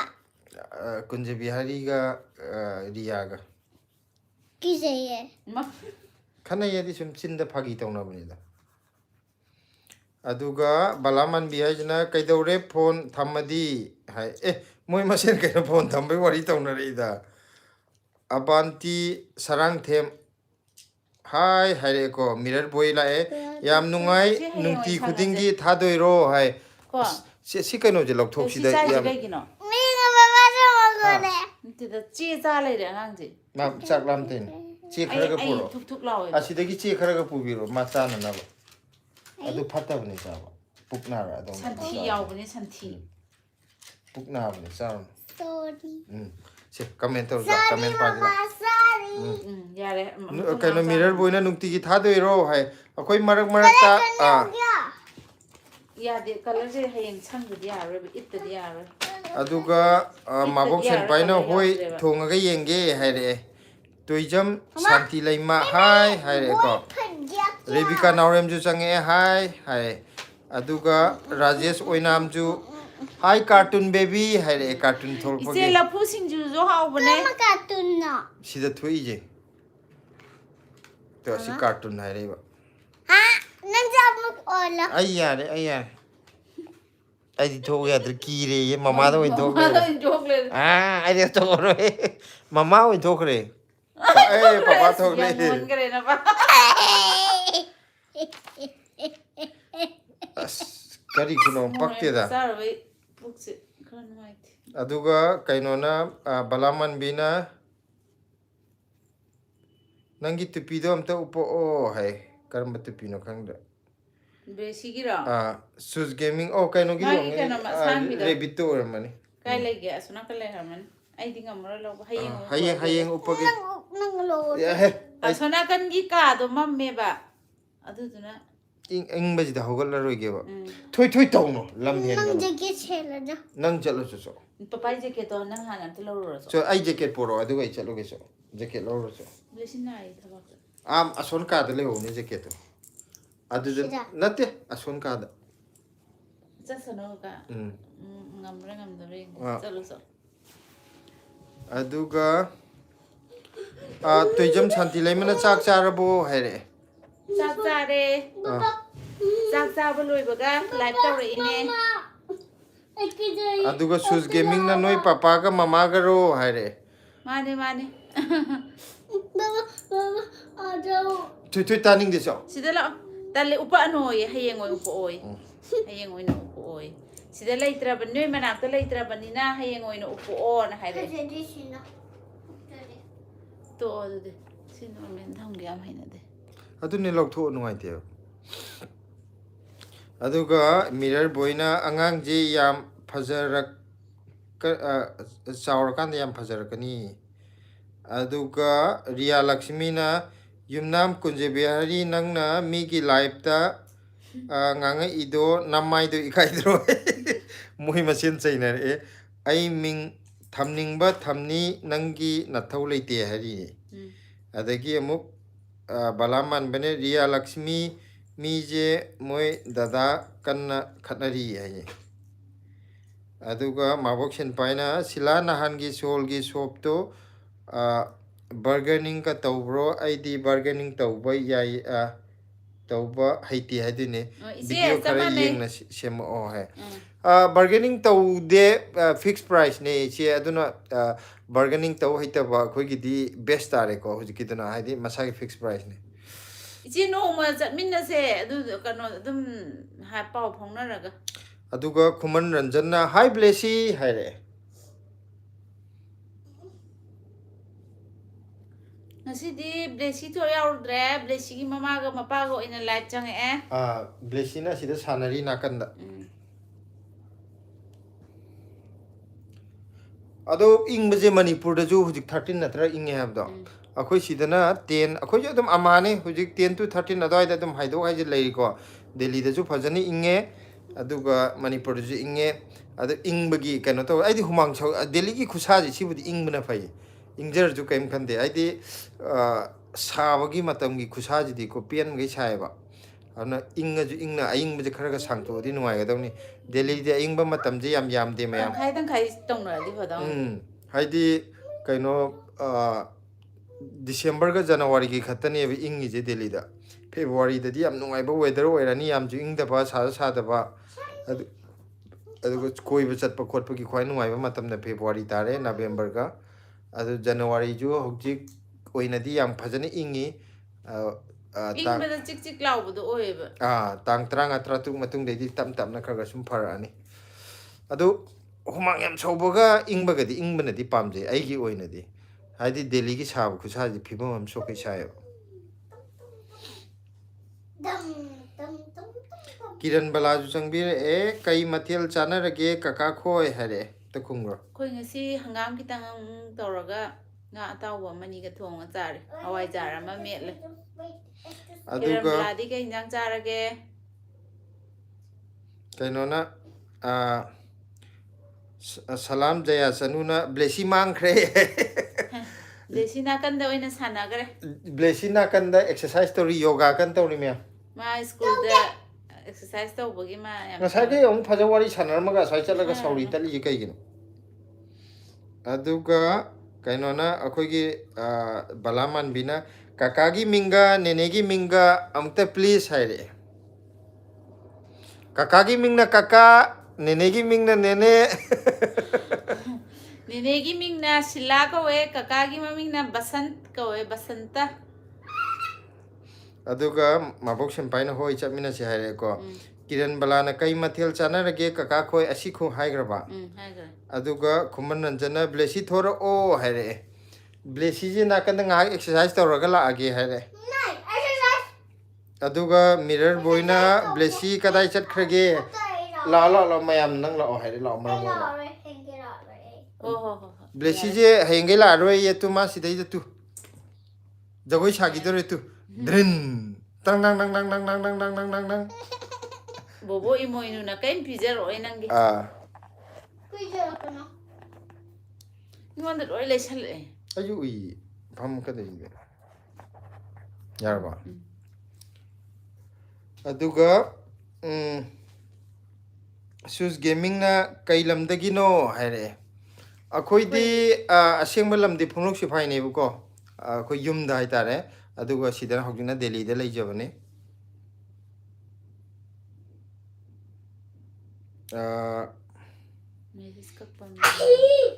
Huidrom ꯂꯝꯉꯥꯟꯕ ꯍꯥꯏꯔꯛꯑꯦ ꯍꯨꯏꯗ꯭ꯔꯣꯝ ꯂꯝꯉꯥꯟꯕꯅ ꯍꯥꯏ ꯍꯥꯏꯔꯛꯑꯦꯀꯣ ꯑꯗꯨꯒ mirror ꯕꯣꯏꯅ ꯑꯩ ꯊꯣꯛꯑꯒꯦ ꯍꯥꯏꯔꯛꯑꯦꯀꯣ okay good night mirror ꯕꯣꯏ good night ꯄ꯭ꯔꯦꯝꯂꯇꯥꯒꯤ ꯆꯪꯉꯛꯑꯦ March date 12ꯗ ꯏꯆꯥꯅꯨꯄꯤꯒꯤ exam ꯂꯣꯏꯗꯣꯏꯅꯦ ꯑꯗꯨꯒ ꯑꯩ ꯍꯥꯏ ꯃꯈꯥ ꯏꯔꯛꯇ꯭ꯔꯦ mirror ꯕꯣꯏꯅ ꯑꯁ ꯃꯥ ꯂꯥꯛꯇꯣꯏꯁꯦ ꯁꯥ ꯃꯇꯝꯗ ꯑꯣꯏꯅ ꯂꯥꯛꯇꯣꯔꯕ꯭ꯔꯥ ꯃꯤꯔꯔ ꯕꯣꯏꯅ ꯑꯩ ꯊꯣꯛꯑꯒꯦ ꯂꯥꯏꯐꯇꯒꯤ ꯕꯥꯏ ꯕꯥꯏ bye good night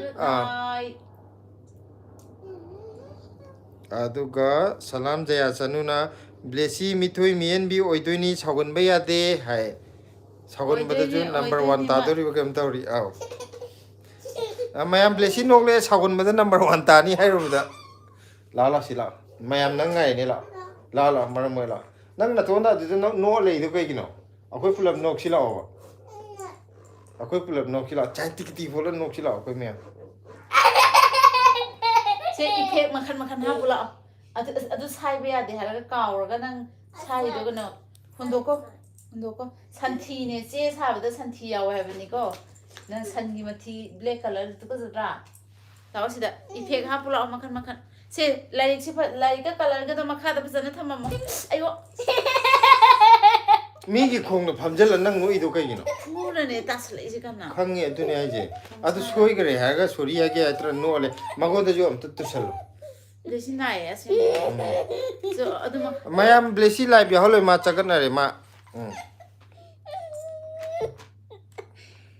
sus gaming na blessy se yam noye hai ama kha thang jo thamjar jun se horin kon lok thos ama effect to tawro jo ife ka hapura no smai dum yeng asma khara ngamna sakna ya na bane ma dum ngang na bala dun to ma smai yeng de ife ga wa dum male masak si kana no man no aga thare e blue color na sus gaming na no le blessy se smai yeng de ife ga wa male Mande. Ipe yaude. maya malo benepi change akoi benepi na ife hapune desi phagi to buda dumai na ha na Hapje. Hapje. hapo aina hapo adi hapo zo nangi makan hapo zo Mono thai hap o aina hapo aduga hapo zo orina na bless please blessy give me your number okay I show my rabbit haine my you rabbit leiba male asaba Tula. Sila photo da mi. utpa yaro yes on de number piro hain Hachiki sida jingo. Story jula. ipe ulo ya animated point na hai lapi re blessy ge Si. na ha ning mo hapo ya Si.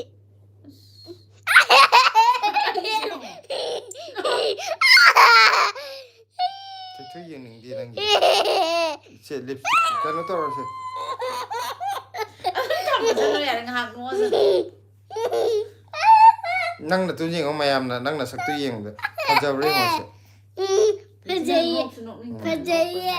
adu ni mam tu nok se khoi di nok ning di nang ji nok ka ji nok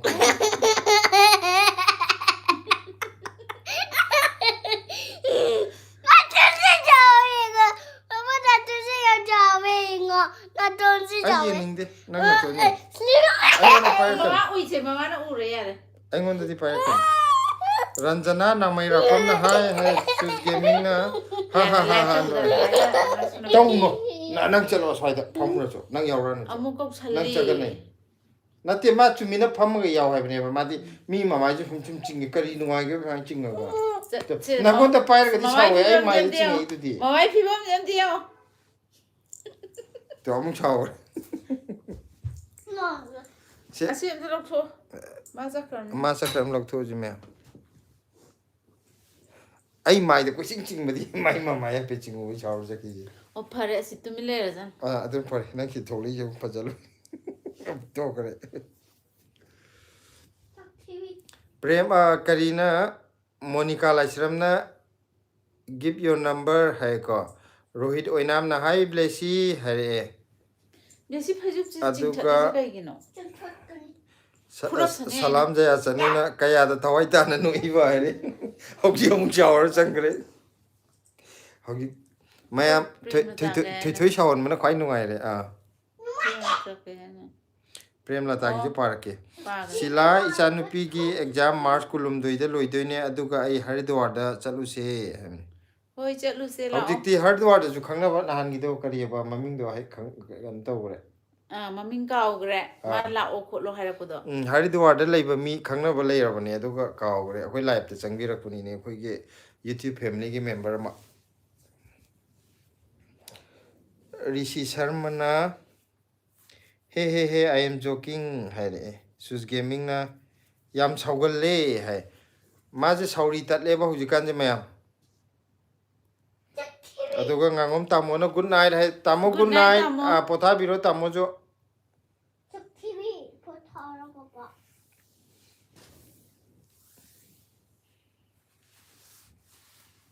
prem na ta kai jang cha ra ge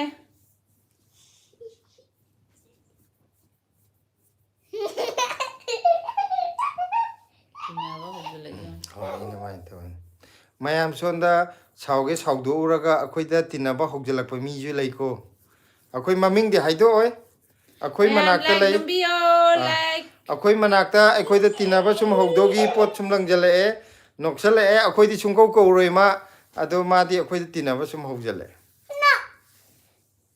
TV 마가 뭐 난기 힘들어인데 나는 이게 힘들어인데 nang kai le de ba 아이나 인디아 겠다 india ge ta le ro ni ye blessy je india ge ta le ro ni ye blessy pam ja ba mi ya ra ga di india ge ta ngai ra mo adu ko puja ga ro ma india ge ta tholok tor ku idre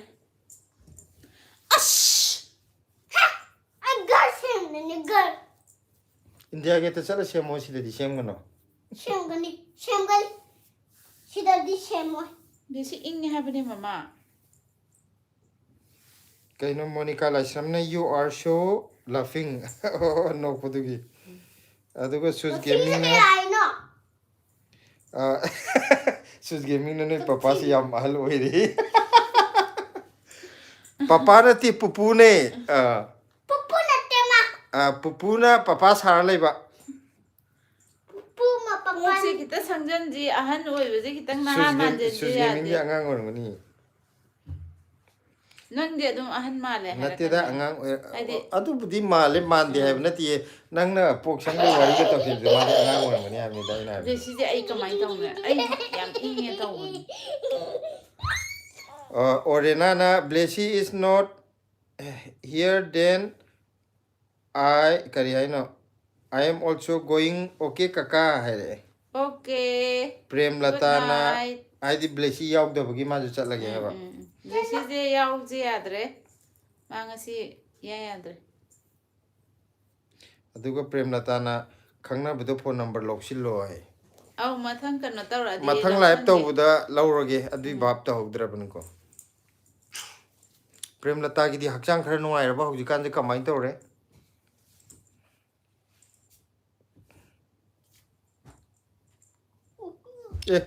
Prem lata kaino na Sus Gaming na nene sina kanano nene sina bobok ni. Nini sina Blessy ki mama ni Aduga kai Prem lata na ngasi di chak chaning dre na thong dre. Chak chaning dre thong da pura hen mu di phatte da. Ai di acham bo ju kitang chasan mane di phai chakhaw pura ka na ta. Sa na ga yam hetai tau bane moi gi mathak lai kai hai gadra moi di chak cha da ju cha tha di araban koi di talle du mathak lai kai je laina yam pak pani ko cha tak chano Akhoi yum lom thok pada nong ma khoi rong ko ra ga labuk tar hingon dar tabuk sual ladi chak chaning dre cha de reng je Monica Laisramna Blessy you are beautiful hai re ko Prem lata na nungai re hai hakchang kitang nungai re ha ko aduga Balan Dusaka hai re you have a beautiful wife hai thank you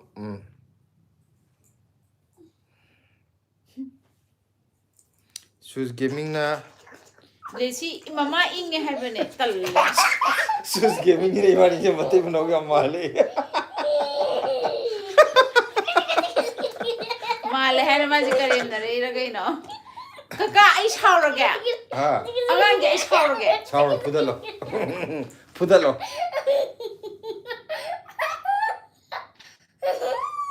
chaku so nang ka kam khale su inge har ga akhoi kaino na kari no inge har ga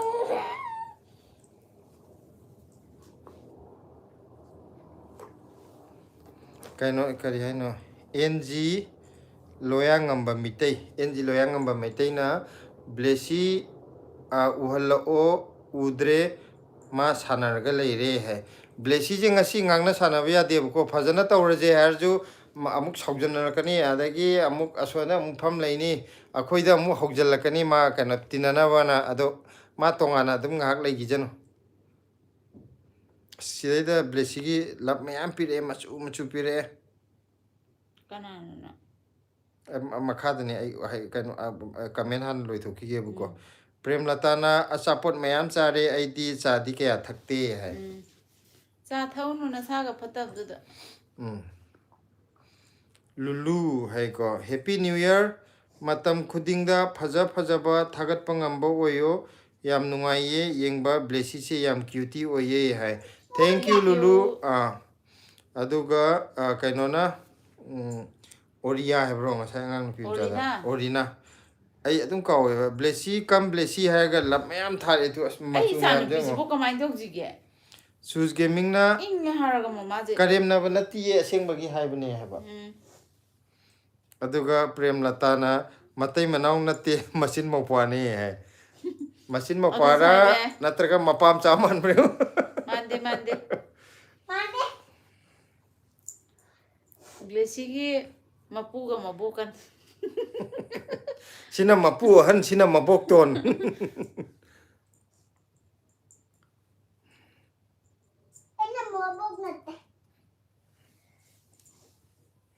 ꯑꯗꯣ ꯍꯧꯖꯤꯛ ꯏꯪꯕ ꯃꯇꯝꯁꯦ ꯃꯌꯥꯝ ꯀꯣꯏꯕꯒ ꯆꯠꯅꯔꯤꯕ꯭ꯔꯣ ꯆꯠꯅꯗꯕ꯭ꯔꯣ ꯑꯗꯨ ꯀꯩꯅꯣ ꯇꯧꯔꯤ ꯌꯨꯝꯗ ꯁꯨꯝ ꯂꯩꯔꯤ ꯏꯪꯕꯅꯦꯕꯀꯣ ꯑꯗꯨ ꯊꯣꯛꯈ꯭ꯔꯒꯗꯤ ꯑꯃꯨꯛ ꯌꯥꯝ ꯅꯨꯡꯉꯥꯏꯕꯅꯦ ꯁꯤꯒꯤ ꯋꯦꯗꯔꯁꯦ ꯍꯥꯏꯗꯤ ꯋꯥꯛꯀꯨꯝꯕ ꯆꯠꯄ ꯈꯣꯠꯄ ꯌꯥꯝ ꯅꯨꯡꯉꯥꯏꯕ ꯋꯦꯗꯔ ꯑꯣꯏꯌꯦꯕꯀꯣ ꯊꯣꯛꯈ꯭ꯔꯒꯗꯤ ꯈ꯭ꯋꯥꯏꯗꯒꯤ ꯇꯟꯕꯁꯦ ꯏꯔꯨꯖꯔꯝꯗꯥꯏꯁꯦ ꯌꯥꯝ ꯇꯜꯂꯦ ꯃꯥꯅ ꯀꯩꯅꯣꯁꯦ ꯚꯤꯗꯤꯑꯣ ꯑꯩꯈꯣꯏꯒꯤ ꯁꯤꯂꯥꯅ ꯏꯪꯕꯗ ꯐꯣꯟꯁꯤꯗ ꯏꯕꯥꯅꯤꯁꯦ ꯃꯥ ꯃꯇꯣꯟꯗ ꯑꯣꯏ ꯎꯠꯂꯛꯑꯦ ꯑꯩꯁꯨ ꯌꯥꯎꯍꯜꯂꯣ ꯑꯩꯁꯨ ꯌꯥꯎꯍꯜꯂꯣꯌꯦ ꯑꯩꯅ ꯈꯤꯇꯪ ꯐꯖ ꯎꯗ꯭ꯔꯦꯅ ꯈꯤꯇꯪ ꯍꯦꯛ ꯂꯩꯁꯟꯕꯒ ꯃꯥ ꯇꯧꯔꯛꯀꯗꯣꯏꯁꯦ ꯃꯥ ꯎꯗ꯭ꯔꯦꯅ ꯑꯩꯅ ꯀꯦꯃꯦꯔꯥꯒꯤ ꯁꯠ ꯂꯥꯎꯅ ꯐꯖꯅ ꯇꯪꯈꯥꯏ ꯁꯨꯃꯥꯏꯅ ꯂꯩꯁꯜꯂꯣ ꯀꯥꯔꯣꯝꯗ ꯁꯨꯃꯥꯏꯅ ꯁꯔꯨꯛ ꯑꯍꯨꯝ ꯊꯣꯛꯄꯒꯤ ꯃꯅꯨꯡꯗ ꯁꯔꯨꯛ ꯑꯅꯤꯗꯤ ꯃꯥꯅ ꯃꯥꯅꯦ ꯀꯜꯂꯤꯅꯦꯕꯀꯣ ꯃꯥꯅꯦ ꯆꯨꯝ ꯆꯨꯝ ꯑꯗꯨꯒ ꯑꯩꯁꯦ ꯈꯤꯇꯪ ꯎꯍꯟꯒꯦ ꯇꯧꯔꯒꯅ ꯑꯗꯨꯒ ꯑꯩꯅ ꯑꯃꯨꯛ ꯂꯩꯊꯣꯛꯑꯒꯅ ꯃꯥ ꯃꯇꯣꯟꯗ ꯑꯃꯨꯛ ꯎꯠꯂꯦ ꯑꯅꯤꯃꯛ ꯎꯠꯂꯣ ꯑꯃꯨꯛ ꯁꯨꯃꯥꯏꯅ ꯍꯥꯏꯗꯣꯏꯅꯦꯕ ꯑꯝꯇ ꯂꯩꯁꯜꯂꯣ ꯅꯨꯄꯤꯒꯤ ꯃꯔꯩꯁꯦ ꯀꯥꯔꯣꯝꯗ ꯃꯌꯥꯝ ꯐꯖꯅꯗꯤ ꯌꯦꯠꯄꯅꯦ ꯅꯨꯄꯤꯁꯦ ꯍꯦꯟꯖꯜꯂꯦ ꯇꯪꯈꯥꯏ ꯑꯣꯏꯔꯦꯀꯣ ꯅꯪꯅꯕꯨ ꯍꯦꯜꯂꯦ ꯀꯩꯅꯣ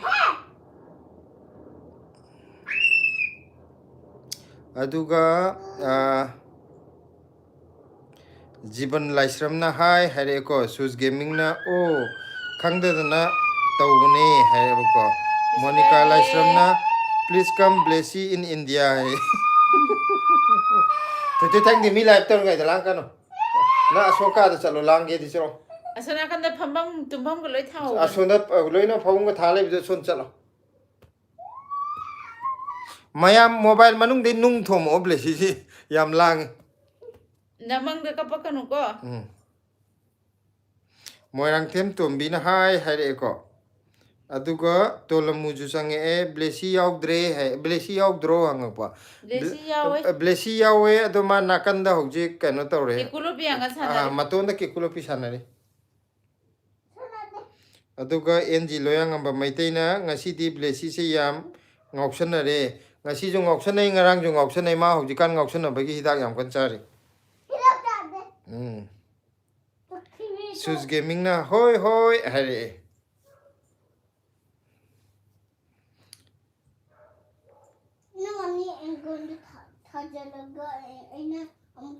ꯑꯗꯨꯒ ꯑꯣꯔꯤꯅꯥꯅ Blessy please please please please please please come ꯆꯦꯆꯦ ꯑꯣꯔꯤꯅꯥꯅ ꯑꯝꯇꯗꯤ ꯊꯣꯛꯂꯛꯑꯣꯌꯦ ꯊꯣꯛꯄ ꯌꯥꯕ꯭ꯔꯥ ꯑꯣ ꯆꯦꯆꯦ ꯑꯣꯔꯤꯅꯥ ꯁꯥꯎꯔꯅꯨ ꯃꯥ ꯊꯣꯛꯄ ꯌꯥꯗꯦ ꯑꯗꯨꯒ ꯀꯩꯅꯣꯅ ꯁꯔꯠ ꯁꯤꯡꯍꯥꯅ ꯍꯥꯏꯔꯛꯑꯦꯀꯣ ꯍꯥꯏ ꯁꯔꯠ ꯁꯤꯡꯍꯥꯁꯦ ꯀꯩꯅꯣ ꯀꯁꯥꯔꯗꯒꯤ ꯑꯣꯏꯕꯤꯔꯕ꯭ꯔꯥ ꯃꯥꯜꯂꯦ ꯁꯤꯡꯍꯥ ꯇꯥꯕꯁꯦ ꯀꯁꯥꯔꯗꯒꯤ ꯑꯣꯏꯔꯝꯗꯧ ꯃꯥꯜꯂꯦ ꯀꯁꯥꯔ ꯑꯣꯏꯔꯗꯤ ꯀꯁꯥꯔꯒꯤ ꯀꯥꯏ ꯖꯒꯥꯗꯒꯤ ꯑꯣꯏꯕꯤꯔꯕꯅꯣ ꯍꯥꯏꯕꯤꯔꯛꯑꯣ ꯖꯤꯕꯟ ꯂꯥꯏꯁ꯭ꯔꯝꯅ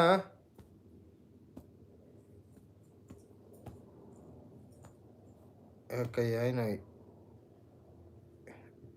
ꯖꯤꯕꯟ ꯂꯥꯏꯁ꯭ꯔꯝꯅ ꯀꯩꯅꯣꯝ ꯏꯕꯁꯦ ꯃꯔꯤ ꯃꯔꯤ ꯁꯝꯅꯈꯤꯗꯅ ꯑꯀꯣꯟꯕꯁꯤꯗꯤ ꯌꯥꯏ ꯌꯥꯏ ꯍꯥꯏꯕ ꯃꯥꯜꯂꯦꯕꯀꯣ ꯑꯍꯥꯟꯕꯒꯤ ꯁꯔꯨꯛꯁꯤ ꯀꯩꯅꯣ ꯈꯪꯉꯝꯗ꯭ꯔꯦ ꯄꯥꯕꯗ ꯇꯣꯜꯃꯨꯅ ꯍꯌꯦꯡꯁꯨ ꯇꯧꯗꯣꯏꯔꯣ ꯍꯥꯏ ꯍꯌꯦꯡꯁꯨ ꯃꯇꯝ ꯁꯪꯉꯗꯤ ꯉꯥꯏꯍꯥꯛ ꯇꯧꯔꯛꯀꯦ ꯄꯨꯡ ꯑꯝꯇ ꯐꯖꯅ 9ꯗꯒꯤ ꯄꯥꯎꯅꯦ ꯀꯩ ꯍꯥꯏꯅꯤꯡꯉꯤꯅꯣ ꯃꯥꯏꯗꯣ ꯌꯧꯋꯤ ꯀꯩ ꯍꯥꯏꯅꯣ ꯈꯪꯗ꯭ꯔꯦ ꯁꯤ ꯄꯥꯕ ꯍꯩꯇ꯭ꯔꯦ ꯍꯥꯏꯕ ꯄ꯭ꯔꯦꯝꯂꯇꯥꯅ ꯀꯀꯥ ꯅꯣꯏꯒꯤ ꯂꯝ ꯑꯗꯣꯝꯗ ꯑꯩꯒꯤ ꯀꯣꯂꯦꯖ ꯇꯝꯃꯤꯟꯅꯕ ꯏꯃꯥꯟꯅꯕ ꯈꯔ ꯂꯩꯕꯅꯦ ꯍꯥꯏꯔꯦ ꯀꯔꯤ ꯂꯝꯗꯒꯤ ꯑꯣꯏꯔꯤꯅꯣ ꯑꯩꯈꯣꯏꯔꯣꯝ ꯁꯥꯏꯠꯁꯦ ꯍꯥꯏꯗꯤ ꯈꯪꯅꯈꯤꯕ ꯃꯤꯗꯣ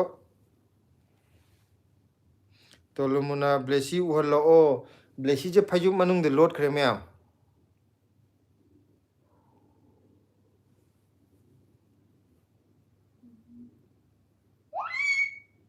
ꯇꯥꯅꯤꯡꯗꯦꯀꯣ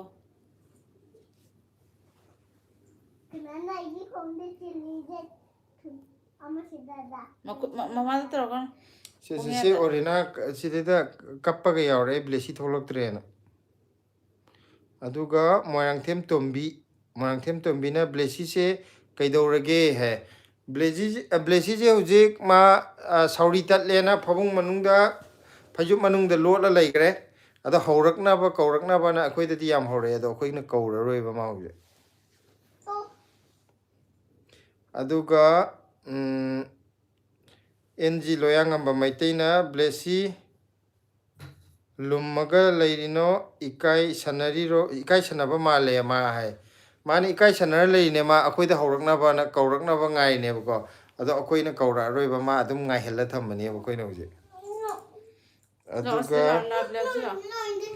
ꯂꯨꯂꯨꯅ ꯕ꯭ꯂꯦꯁꯤꯁꯦ ꯀ꯭ꯂꯥꯁ ꯀꯌꯥ ꯀꯥꯒꯦ yamna hai singe yamna su nungsi aduga mukbang tawro maroi thongba char o hai maroi thonguje nakupi ji kitang kupi kitang pi ko handak len that khib du gi ni winter ni na chaw ji kitang thille ba ko nungju thawai ta di heta kakpa ga chaw ba kakpa len ba ga chaw ba to we ba yam tu thun chaw ko nakupi je ado handak len gi ba gi ning tham tha gi kitang kano tawri hauba thille ado nakupi farakana tawrke mukbang maroi thongbege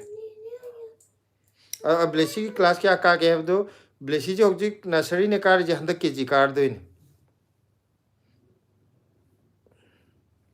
sarat singana hojai deine heba okay yamna nungsiba mafam haitare ko hojai kasar hojai de khoi silagi manaw nupi amaju mayum pan mane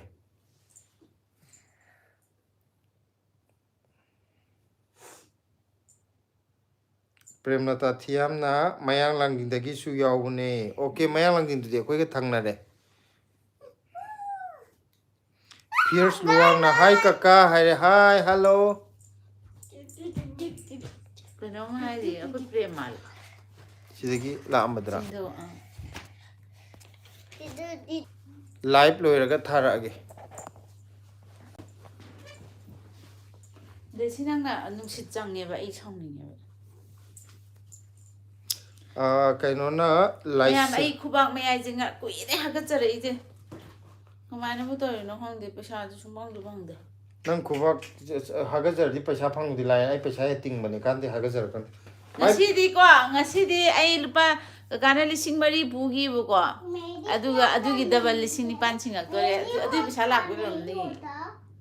Haidi si ju pung khara khata gi ni ko mana hai pa yam sing ba ai di khara khangan de ba ado aina khangaga hai ba ado mana hekte sman to bun chumme khalaba masidi pesa thana jai ma ju yar e bu ko duga la kanda aina dum ngamme ado tha pi de diar we na adu pesa adugi pesa di ai je handak na khara ta ba nuai te adugi exercise tori ne si pi de yar fierce luang na hi kaka hi luang aduga laisram suranjoy blessy gi mapa yamna saugandi tolomu chak charabro hai adegi menaka khundrak pam chak charabo dada hai sikhumo nang na sum hairi me chak chare mena ka di chak charabo blessy gi mapa je saugandam ne saugandam rai je saugal tal haina de moina di je durvasa ne saugan madi yum gi mina mane ai khadane mai mana da lai ngami je lai ai di upai lai tebegi lai bata bane me mai mayungi mi mama bo mai mana lai ningde loye si na dum loi salaje atai di to khro aduga moirang them tombina kaigino kobiyuda hai mai ang kan sanari ma he kawru da mana mu je am kan tor ka de saujal ka de jai ni ba aduga orinana please come then I am also going okay bye bye kaka hai re bye good night orina sus gaming na bye bye ai tho age okay bye good bye night good night prem latana kaka aina delhi da lakpa kanda aikoina lainaba ka akoina lainanaba ka thibigadabani ko hai hana walingai da hairaga thitare na aduga mabok sen paina sila ai chatle good night haibne che good night good night iche che good night hayang market chalam dai da pau phongna je duga chatmina se aduga tolamuna kawro o hai blessy dune nang ha ka lakera to hauji haida haijalo di ma mu isau lang hore ba nang hakta lakera Line. tu phisu manung ne me ama lai ja It's a game. bye good night hai gro tu de Bye, good night. ai sau phare hai gro Chào bố phê. harau ju bra haurak pa ngai ni Holo không oi mà nè. ish aduga saro ha ji sai do kari ba Holo không oi mà nè. haro Mama ta su. kau drabi Kau do vina papu. ꯑꯩꯅ ꯑꯩꯒꯤ ꯅꯥꯀꯟꯗ ꯅꯨꯡꯁꯤꯒꯤ ꯆꯪꯉꯦ ꯆꯥꯅꯤꯡꯈꯣꯏꯒꯤ ꯈꯜꯂꯗꯨꯅ 이민나세 우시나나수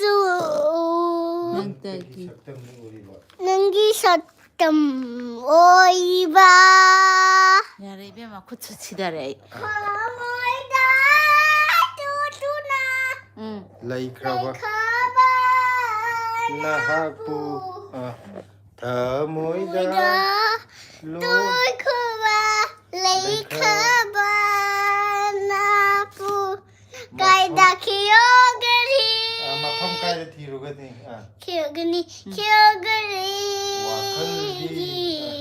하우라팜 오이리바 노래 야래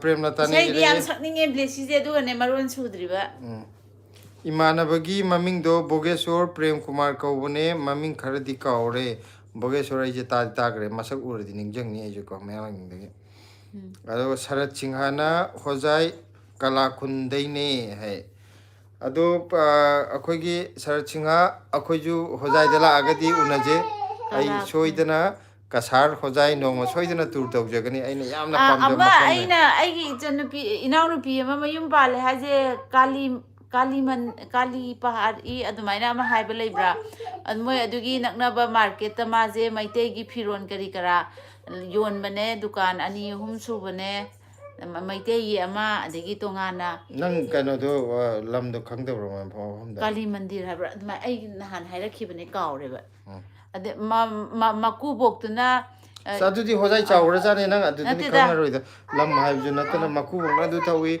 ꯑꯗꯒꯤ ꯃꯧꯄꯥꯅꯤꯄꯥꯗꯨꯗꯤ ꯀꯩꯅꯣ ꯈꯪꯉꯝꯕꯁꯨ ꯌꯥꯏꯌꯦ ꯃꯀꯨꯕꯣꯛꯇꯨꯅ head ꯃꯥꯁꯇꯔꯔ ꯀꯩꯅꯣꯝ ꯑꯣꯏꯕꯅꯦ ꯑꯗꯒꯤ ꯃꯅꯦꯝꯄꯣꯛꯇꯨꯅ ꯅꯔꯁꯅꯦ ꯃꯀꯨꯕꯣꯛꯇꯨꯗꯤ ꯔꯤꯇꯤꯌꯥꯔ ꯆꯠꯂꯦ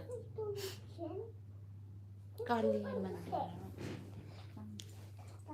ꯕꯦꯁꯤ ꯃꯃꯥ ꯏꯪꯉꯦ ꯃꯦꯅꯀꯥ ꯈꯨꯟꯗ꯭ꯔꯥꯛꯄꯝꯅ ꯆꯥꯛꯇꯤ ꯆꯥꯔꯕꯣ ꯗꯗꯥ ꯍꯥꯏ ꯆꯥꯛ ꯆꯥꯔꯦ ꯆꯥꯔꯦ ꯉꯁꯤꯗꯤ ꯆꯥꯛ ꯉꯟꯅ ꯆꯥꯊꯣꯛꯑꯦ ꯃꯌꯥꯝꯒ ꯂꯥꯏꯚ ꯃꯦꯅꯀꯥꯗꯤ ꯇꯧꯒꯦ ꯋꯥꯔꯤ ꯆꯥꯔꯕꯣ ꯁꯥꯒꯦꯅ ꯑꯗꯨ ꯃꯦꯅꯀꯥꯗꯤ ꯀꯔꯤ ꯏꯟꯖꯥꯡ ꯆꯥꯔꯒꯦ ꯑꯩꯁꯦ ꯑꯁ ꯈꯨꯃꯟꯆꯥ ꯆꯪꯉꯦꯍꯦ ꯄꯩꯁꯥ ꯄꯨꯊꯣꯛ ꯄꯨꯁꯤꯟ ꯌꯥꯅꯔꯗꯤ ꯑꯩꯈꯣꯏꯁꯨ ꯑꯁ 1000900 ꯄꯥꯝꯃꯤ ꯊꯨꯅ ꯁꯤꯡꯉꯛꯀꯦ ꯈꯨꯠ ꯍꯥꯒꯠꯆꯕꯒ ꯀꯩꯅꯣ ꯈꯨꯠ ꯍꯦꯛ ꯍꯥꯒꯠꯆꯕ ꯌꯧꯍꯟꯖꯔꯛꯀꯦ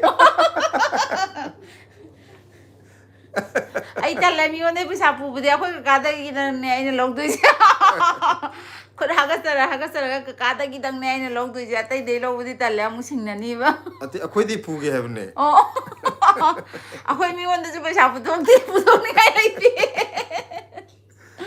ꯃꯣꯏꯔꯥꯡꯊꯦꯝ ꯇꯣꯝꯕꯤꯅ ꯕꯥꯏ ꯕꯥꯏ ꯀꯀꯥꯁꯨ ꯅꯦꯅꯦ ꯊꯝꯃꯒꯦꯀꯣ bye good night sweet dream ꯍꯥꯏꯔꯛꯑꯦ ꯑꯗꯨꯒ ꯒꯤꯇꯨ ꯗꯦꯕꯤꯁꯨ ꯆꯪꯕꯤꯔꯛꯑꯦ ꯕ꯭ꯂꯦꯁꯤ ꯅꯪ ꯆꯥꯛ ꯆꯥꯔꯕꯣ ꯍꯥꯏ ꯆꯥꯔꯦ ꯕ꯭ꯂꯦꯁꯤ ꯆꯥꯛ ꯆꯥꯔꯦ ꯃꯣꯏꯔꯥꯡꯊꯦꯝ ꯇꯣꯝꯕꯤꯅ ꯕꯥꯏ ꯕꯥꯏ ꯕ꯭ꯂꯦꯁꯤ ꯌꯥꯝ ꯍꯩꯀꯣ ꯍꯥꯏꯔꯛꯑꯦ ꯃꯃꯥ ꯌꯥꯝ ꯏꯪꯉꯦ ꯄ꯭ꯔꯦꯝꯂꯇꯥꯅ ꯍꯥꯟꯅꯗꯤ ꯌꯨꯁꯨꯞ ꯁꯔꯥꯏꯗ ꯍꯦꯛ ꯂꯩꯕꯅꯦ ꯍꯟꯗꯛ ꯂꯥꯛꯄꯗꯗꯤ ꯀꯀꯥ ꯍꯣꯏꯒꯤ ꯃꯅꯥꯛꯇ ꯂꯩꯒꯦ ꯅꯨꯡꯉꯥꯏꯗꯧ ꯃꯥꯜꯂꯤ ꯍꯥꯏ ꯑꯩꯈꯣꯏ ꯃꯅꯥꯛꯇ ꯂꯩꯊꯔ ꯂꯣꯏꯔꯦ ꯀꯩꯅꯣ ꯑꯩꯈꯣꯏ ꯁꯤꯗꯩꯗ ꯈꯪꯅꯕ ꯃꯤ ꯈꯔꯗ ꯀꯥ ꯊꯤꯍꯜꯂꯒꯀꯣ ꯌꯨꯁꯨꯞ ꯁꯔꯥꯏꯁꯦ ꯈꯔ ꯂꯥꯞꯄ꯭ꯔꯥ ꯂꯥꯞꯇꯦꯗ ꯌꯥꯝ ꯀꯥꯏꯅ ꯑꯗꯨꯒ ꯃꯥꯕꯣꯛ ꯁꯦꯟꯄꯥꯏꯅ ꯑꯩꯁꯦ ꯆꯠꯂꯦ ꯍꯥꯏꯖꯕꯇꯅꯤ ꯑꯗꯨꯝ ꯂꯣꯏꯗ꯭ꯔꯤꯐꯥꯎ ꯂꯩꯕꯅꯤ ꯆꯠꯅꯤꯡꯗꯕꯅꯤ ꯑꯗꯨꯒ ꯀꯩꯅꯣꯅ ꯗꯤꯁꯤ ꯁꯔꯃꯁꯦ ꯀꯩꯅꯣꯝ ꯍꯥꯏꯗꯥꯏꯅꯦ ꯗꯣꯂꯦꯅꯥ ꯍꯥꯏꯕ꯭ꯔꯥ ꯗꯣꯔꯤꯅꯥ ꯍꯥꯏꯕ꯭ꯔꯥ ꯑꯣꯔꯤꯅꯥ ꯑꯩꯅ ꯃꯃꯤꯡꯁꯦ ꯑꯗꯨꯝ ꯁꯦꯝꯗꯣꯛꯀꯗꯣꯏꯅꯤ ꯃꯤ ꯃꯃꯤꯡꯁꯦ ꯑꯩ ꯌꯥꯝ ꯀꯥꯎꯒꯜꯂꯦꯕꯀꯣ ꯑꯗꯨ ꯁꯤꯗꯩꯗ ꯗꯦꯜꯂꯤꯗ ꯈꯪꯅꯕ ꯃꯤꯁꯤꯡꯁꯨ ꯂꯣꯏꯅ ꯑꯩꯅ ꯃꯃꯤꯡꯁꯦ ꯑꯣꯟꯅꯒ ꯇꯩꯅꯒ ꯆꯤꯆꯦ ꯑꯣꯔꯤꯅꯥ ꯆꯤꯆꯦ ꯑꯣꯔꯤꯅꯥ ꯑꯝꯇ ꯀꯧꯁꯦ ꯆꯤꯆꯦ ꯑꯣꯔꯤꯌꯥ ꯑꯣꯔꯤꯅꯥ ꯆꯤꯆꯦ ꯑꯣꯔꯤꯔꯥ ꯑꯩ ꯁꯤꯗ ꯂꯩꯔꯦ ꯑꯩ ꯁꯤꯗ ꯂꯩꯌꯦ ꯐꯤꯂꯝ ꯃꯅꯨꯡꯗ ꯗꯦꯖꯤ ꯐꯤꯂꯝꯒ ꯑꯩ ꯁꯥꯎꯗ꯭ꯔꯦ ꯁꯣꯔꯤ ꯌꯥꯔꯦꯀꯣ Bye bye bye. Bye Olivia. Cici belum. Cici Olivia bye. aduga Rishi Sharmana Orenana blessy baby come out my cutie hai tolumina maitai nupi sabas hai Kaigino. ngasai nangi paisa di Oh. Susma thingujam ju changbire e blessy chi isai yam haiye haire ko aduga niru leima pokpam na ibung kari mathel charage hai Ngasi je hangam da nga matum mamani hapaga thonga chatare. aduga mala soibam ju changi nene love haire ko Hello mala. aduga in multi channel hai ko karam kandai hawaijar amuk yonba haudoino hai akoi hawaijar yonbaje January tang 33 hadi kitang ingba pharak paiduda haujira na khali kaina handak na engonda loi onja leijina Sukai de gaino. nang horin kano torga mana lau gian to malila marai yat phamam thamma To azik ju saru ani nangine oi. Oh. Ayo, hello. aduga kanona prem lata thiam na lapte maning mamang oidoine hebako Oi aduga doira. khumancha na oidoira na hangba khumancha na haujikta natro kakana paisa pukhi aikoina puge hairadi paisa paide haye 30k kakta puge 30K ga di lai jade da. Akhoi ga ni ngonde pui lupa chonga chawhom. 30K je khara wa di leira kan da hairaki khumanja. aduga orenana no problem haire ko Resi manung da lai bedugi. Resi na sorry ga ga togi mun. aduga Nirmala Singha yamba kaigino hai yamba kaigino hai je kaigino yamba kaigino hai ba kadai dino hai ba Akhoi Manipur dai. akhoi je Manipur dagi ne hojingna Delhi da lai jabane Bobo ki ama Manipur ne. Phomo sipai bobo. Nirmala jidi kadai dagi oibirabano maju kasar natra hojai sigumba oiramdoine mingje Singha ta bus. Singha tabje okay hai Nirmala ki julai bam haibiro Nirmala ki julai bam haibiro ko 25 te loisela jira 21 ko asi ji live si nungai ko mayam je am active oina phan changbire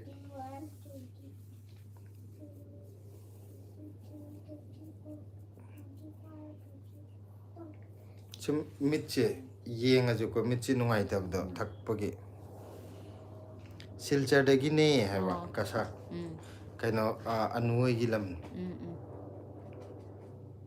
silchar jiri monji loi nak nare ko Silchar ga jiri ga sing nak na doira. nak na din ado silchar jiri gi yong cha kai na haina dai ne machu ma khara asangba dark ocean ba kaino do Jiri yung jaksina kitang hawo wa le ngai.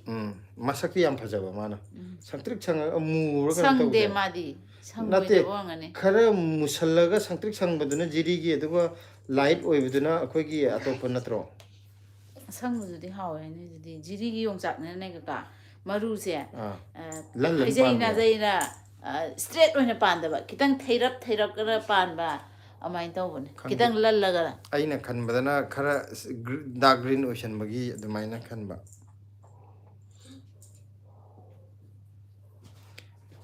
maitei gi di full support haire Nirmala Singhana thank you aduga khumancha na okay 30k yauraga Blessy je class kaya karage di wale. ngamdaba Nasida.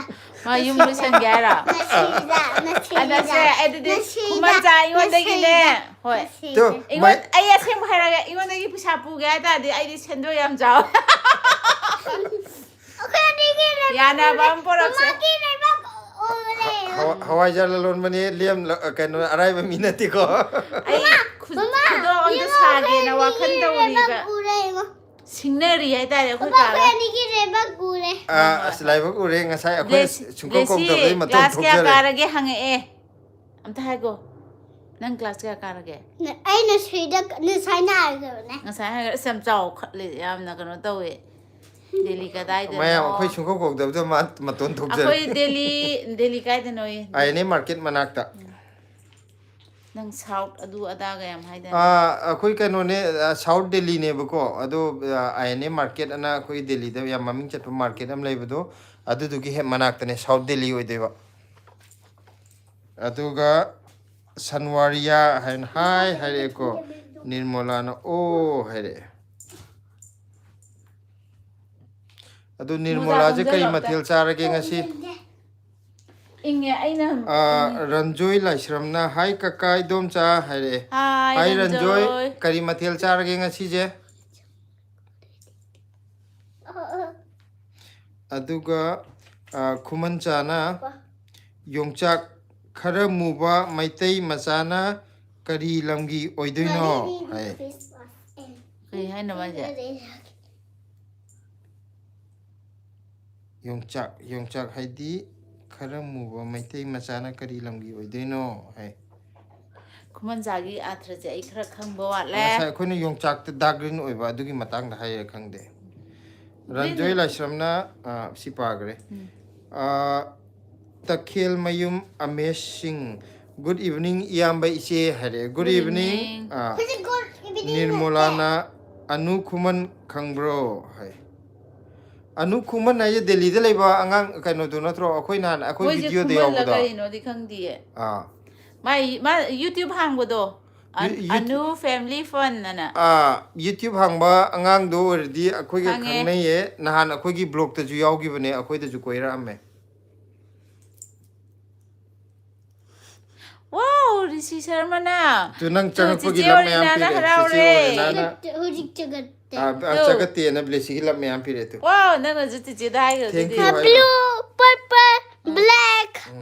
Kai no ha dokro yaw bu ga. Pink, red, brown, green, orange, yellow, white, gray out the brown. Gray yaw de. Gray, katai gray. White. Elina Lakshmana chak chana rabo haire. Chak sare. Aduga tolamuna dance kati yam haine haire. Thank you, thank you, thank you, thank you. Aduga Nirmolana nate suri hai adu nate haba. Prem Latana blessy thogla abo hai. Thogle hai gro. Thole. Takhel mayum amazing na iyamba ise nanaugi iyamba ise gi live ta yauriba marup ise isan singda subscribe tawnana ba khara haibiyo iyamba ise acha sa Oh magi su channel hangba. Singda. Haya. Ka amta hayo ka. Magi mamin je amta hayo. Takhel mayum amazing. Takhel mayum amazing gi ju blog hange ado mayamna changbiraga magi blog su subscribe tawsin biramo aduduga nuai tena mayam gi suggestion ju pibiro amta ngai ko hebane nang asanga sagi edum hippu ju maram moi wangang ba yadre aduna mayamna ju mabu support tawbiraga video apamba si sema o si phajai si phajade natraga si tawhoningde habado mayam gi suggestion pibiraga kaino je magi channel je support tawbiyo karina thito ent taw as Maisna. amta kai ko na ko manung de khutto kuman chana mani yongchak machugi matang dune heba ngasai khara musan ba khara kanu to ba na hebado aduga maisna haidi akhoirom da haidi bazar manung daga yonbada yongchak khara dark green go ebdi jiri rom dagi yongchak ni ka haiba yawe buko adu hainabdo akoina jusi haibado adudi matang dani da kadai kamai to gen Maisnam Sunita Devi kari anjang charage blessy hare Ko ngasi hangam thonge. Takhel mayum amesna iyamba isegi isanupi bemase masak yam nungsiye habne Blessy nang masak nungsi hare. Niru laima pokpamna blessy love you hare prem latana blessy se yam nungsida takhel mayum amazing na iyamba ise nanauna thagachari iyamba ise kai mathil charage hare Hangam saye nga taw ba man hap chalaga. ado pung mapan makhai Amazing gi kai jang charage. aduga Premlatana sila nangi nahalgi sol singdo loina phajai yam pame hai oh handak lakpadane sure lairasi apa makhalagane isin ina oksatana ne laidarurasi paisa du khare yam poro paisa da khayam poro nang mudi dum porakani khangida